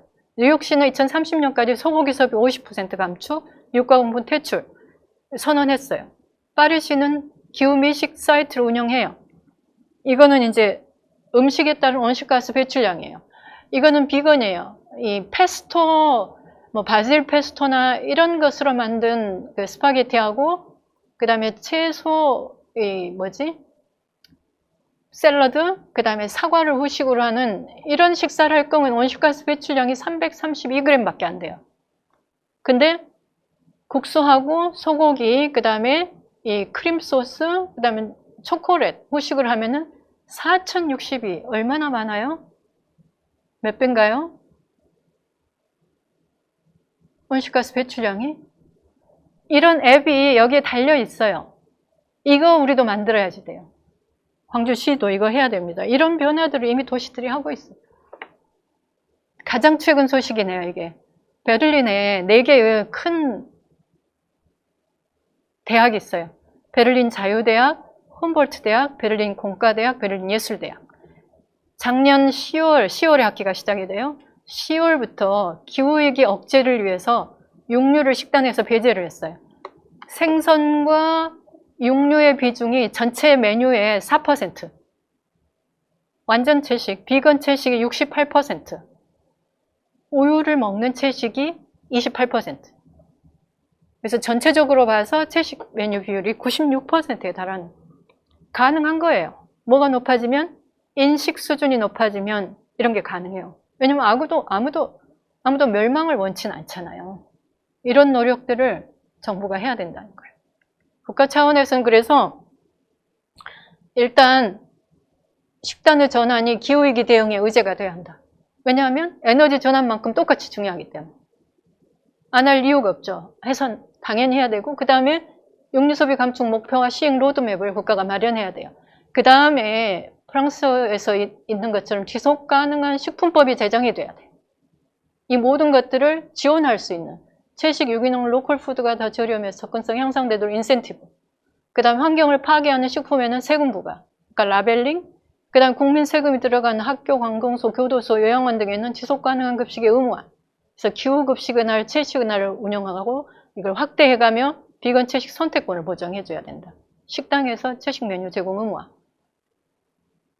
그 다음에 만약에 기업체 급식소에서 기후급식의 날을 운영하고 비건 채식 선택권을 보장할 경우에는 행정적 감사를 2년마다 한 번 했다면 3년마다 한 번 한다거나 기업은 되게 좋아한대요, 그런 거를. 그래서 그런 식으로 인센티브를 주는 거예요. 그 다음에 급식기업 굉장히 많잖아요, 전국에. 여기에서 비건 채식 선택권을 보장할 경우에는 재정적 인센티브, 법인세의 1% 내지 2%를 감축해준다. 이런 것들을 인센티브로 제공을 해서 하는 거예요. 그 다음에 이제 아까 얘기했던 것들은 건강하고 맛있는 식단 개발을 위해서 영양사 조리사 영양 강화 프로그램 이런 것들을 국가에서 지원을 하는 거예요. 그 다음에 이제 건강을 해치고 재정에 부담 주는 그런 식품에 대한 광고 제한 이런 것들을 지속 가능한 국가의 식품법 안에다 담는 거예요. 그 다음에 이제 광주시와 같은 지방정부를 위한 제안 같은 내용이에요. 육류소비 감축 아까 파리시처럼 가야죠. 그 다음에 지속가능한 식생활 지원 조례를 이제 시정부 차원에서 또 만들어야 돼요. 똑같은 얘기예요.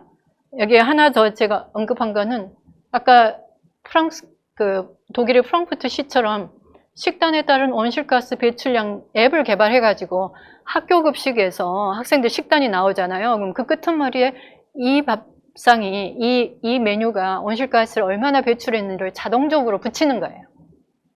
나중에 이제 식당에까지 늘리면 좋겠지만 우선 학교, 뭐 기업체 이런 데다 하면 이게 이제 그 자체로도 교육 효과를 내게 되니까 작년 UN 기후변화 당사자국 협상 식당에서 실제로 그렇게 했었어요.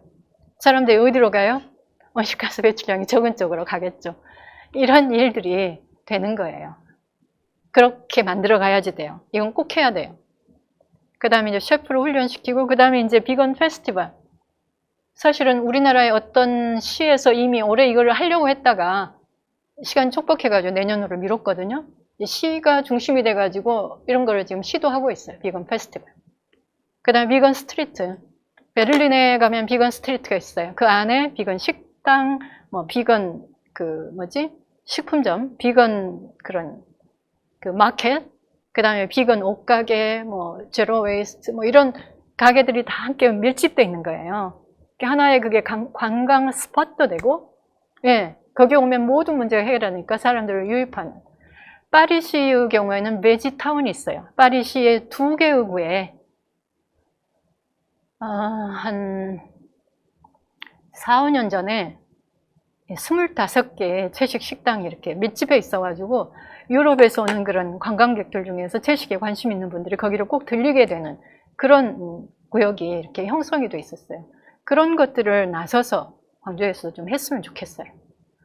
이건 아까 조셉 포어 교수가 언론 인터뷰 마지막에서 이렇게 얘기를 했어요. 이건 개인에 대한 거예요. 개인이 할 수 있는. 채식은 아마도 당신이 지구에 긍정적 영향을 미칠 수 있는 유일한 가장 최상의 그런 방법이 될 것이다. 비건 채식은 그렇게 이야기를 했습니다. 감사합니다.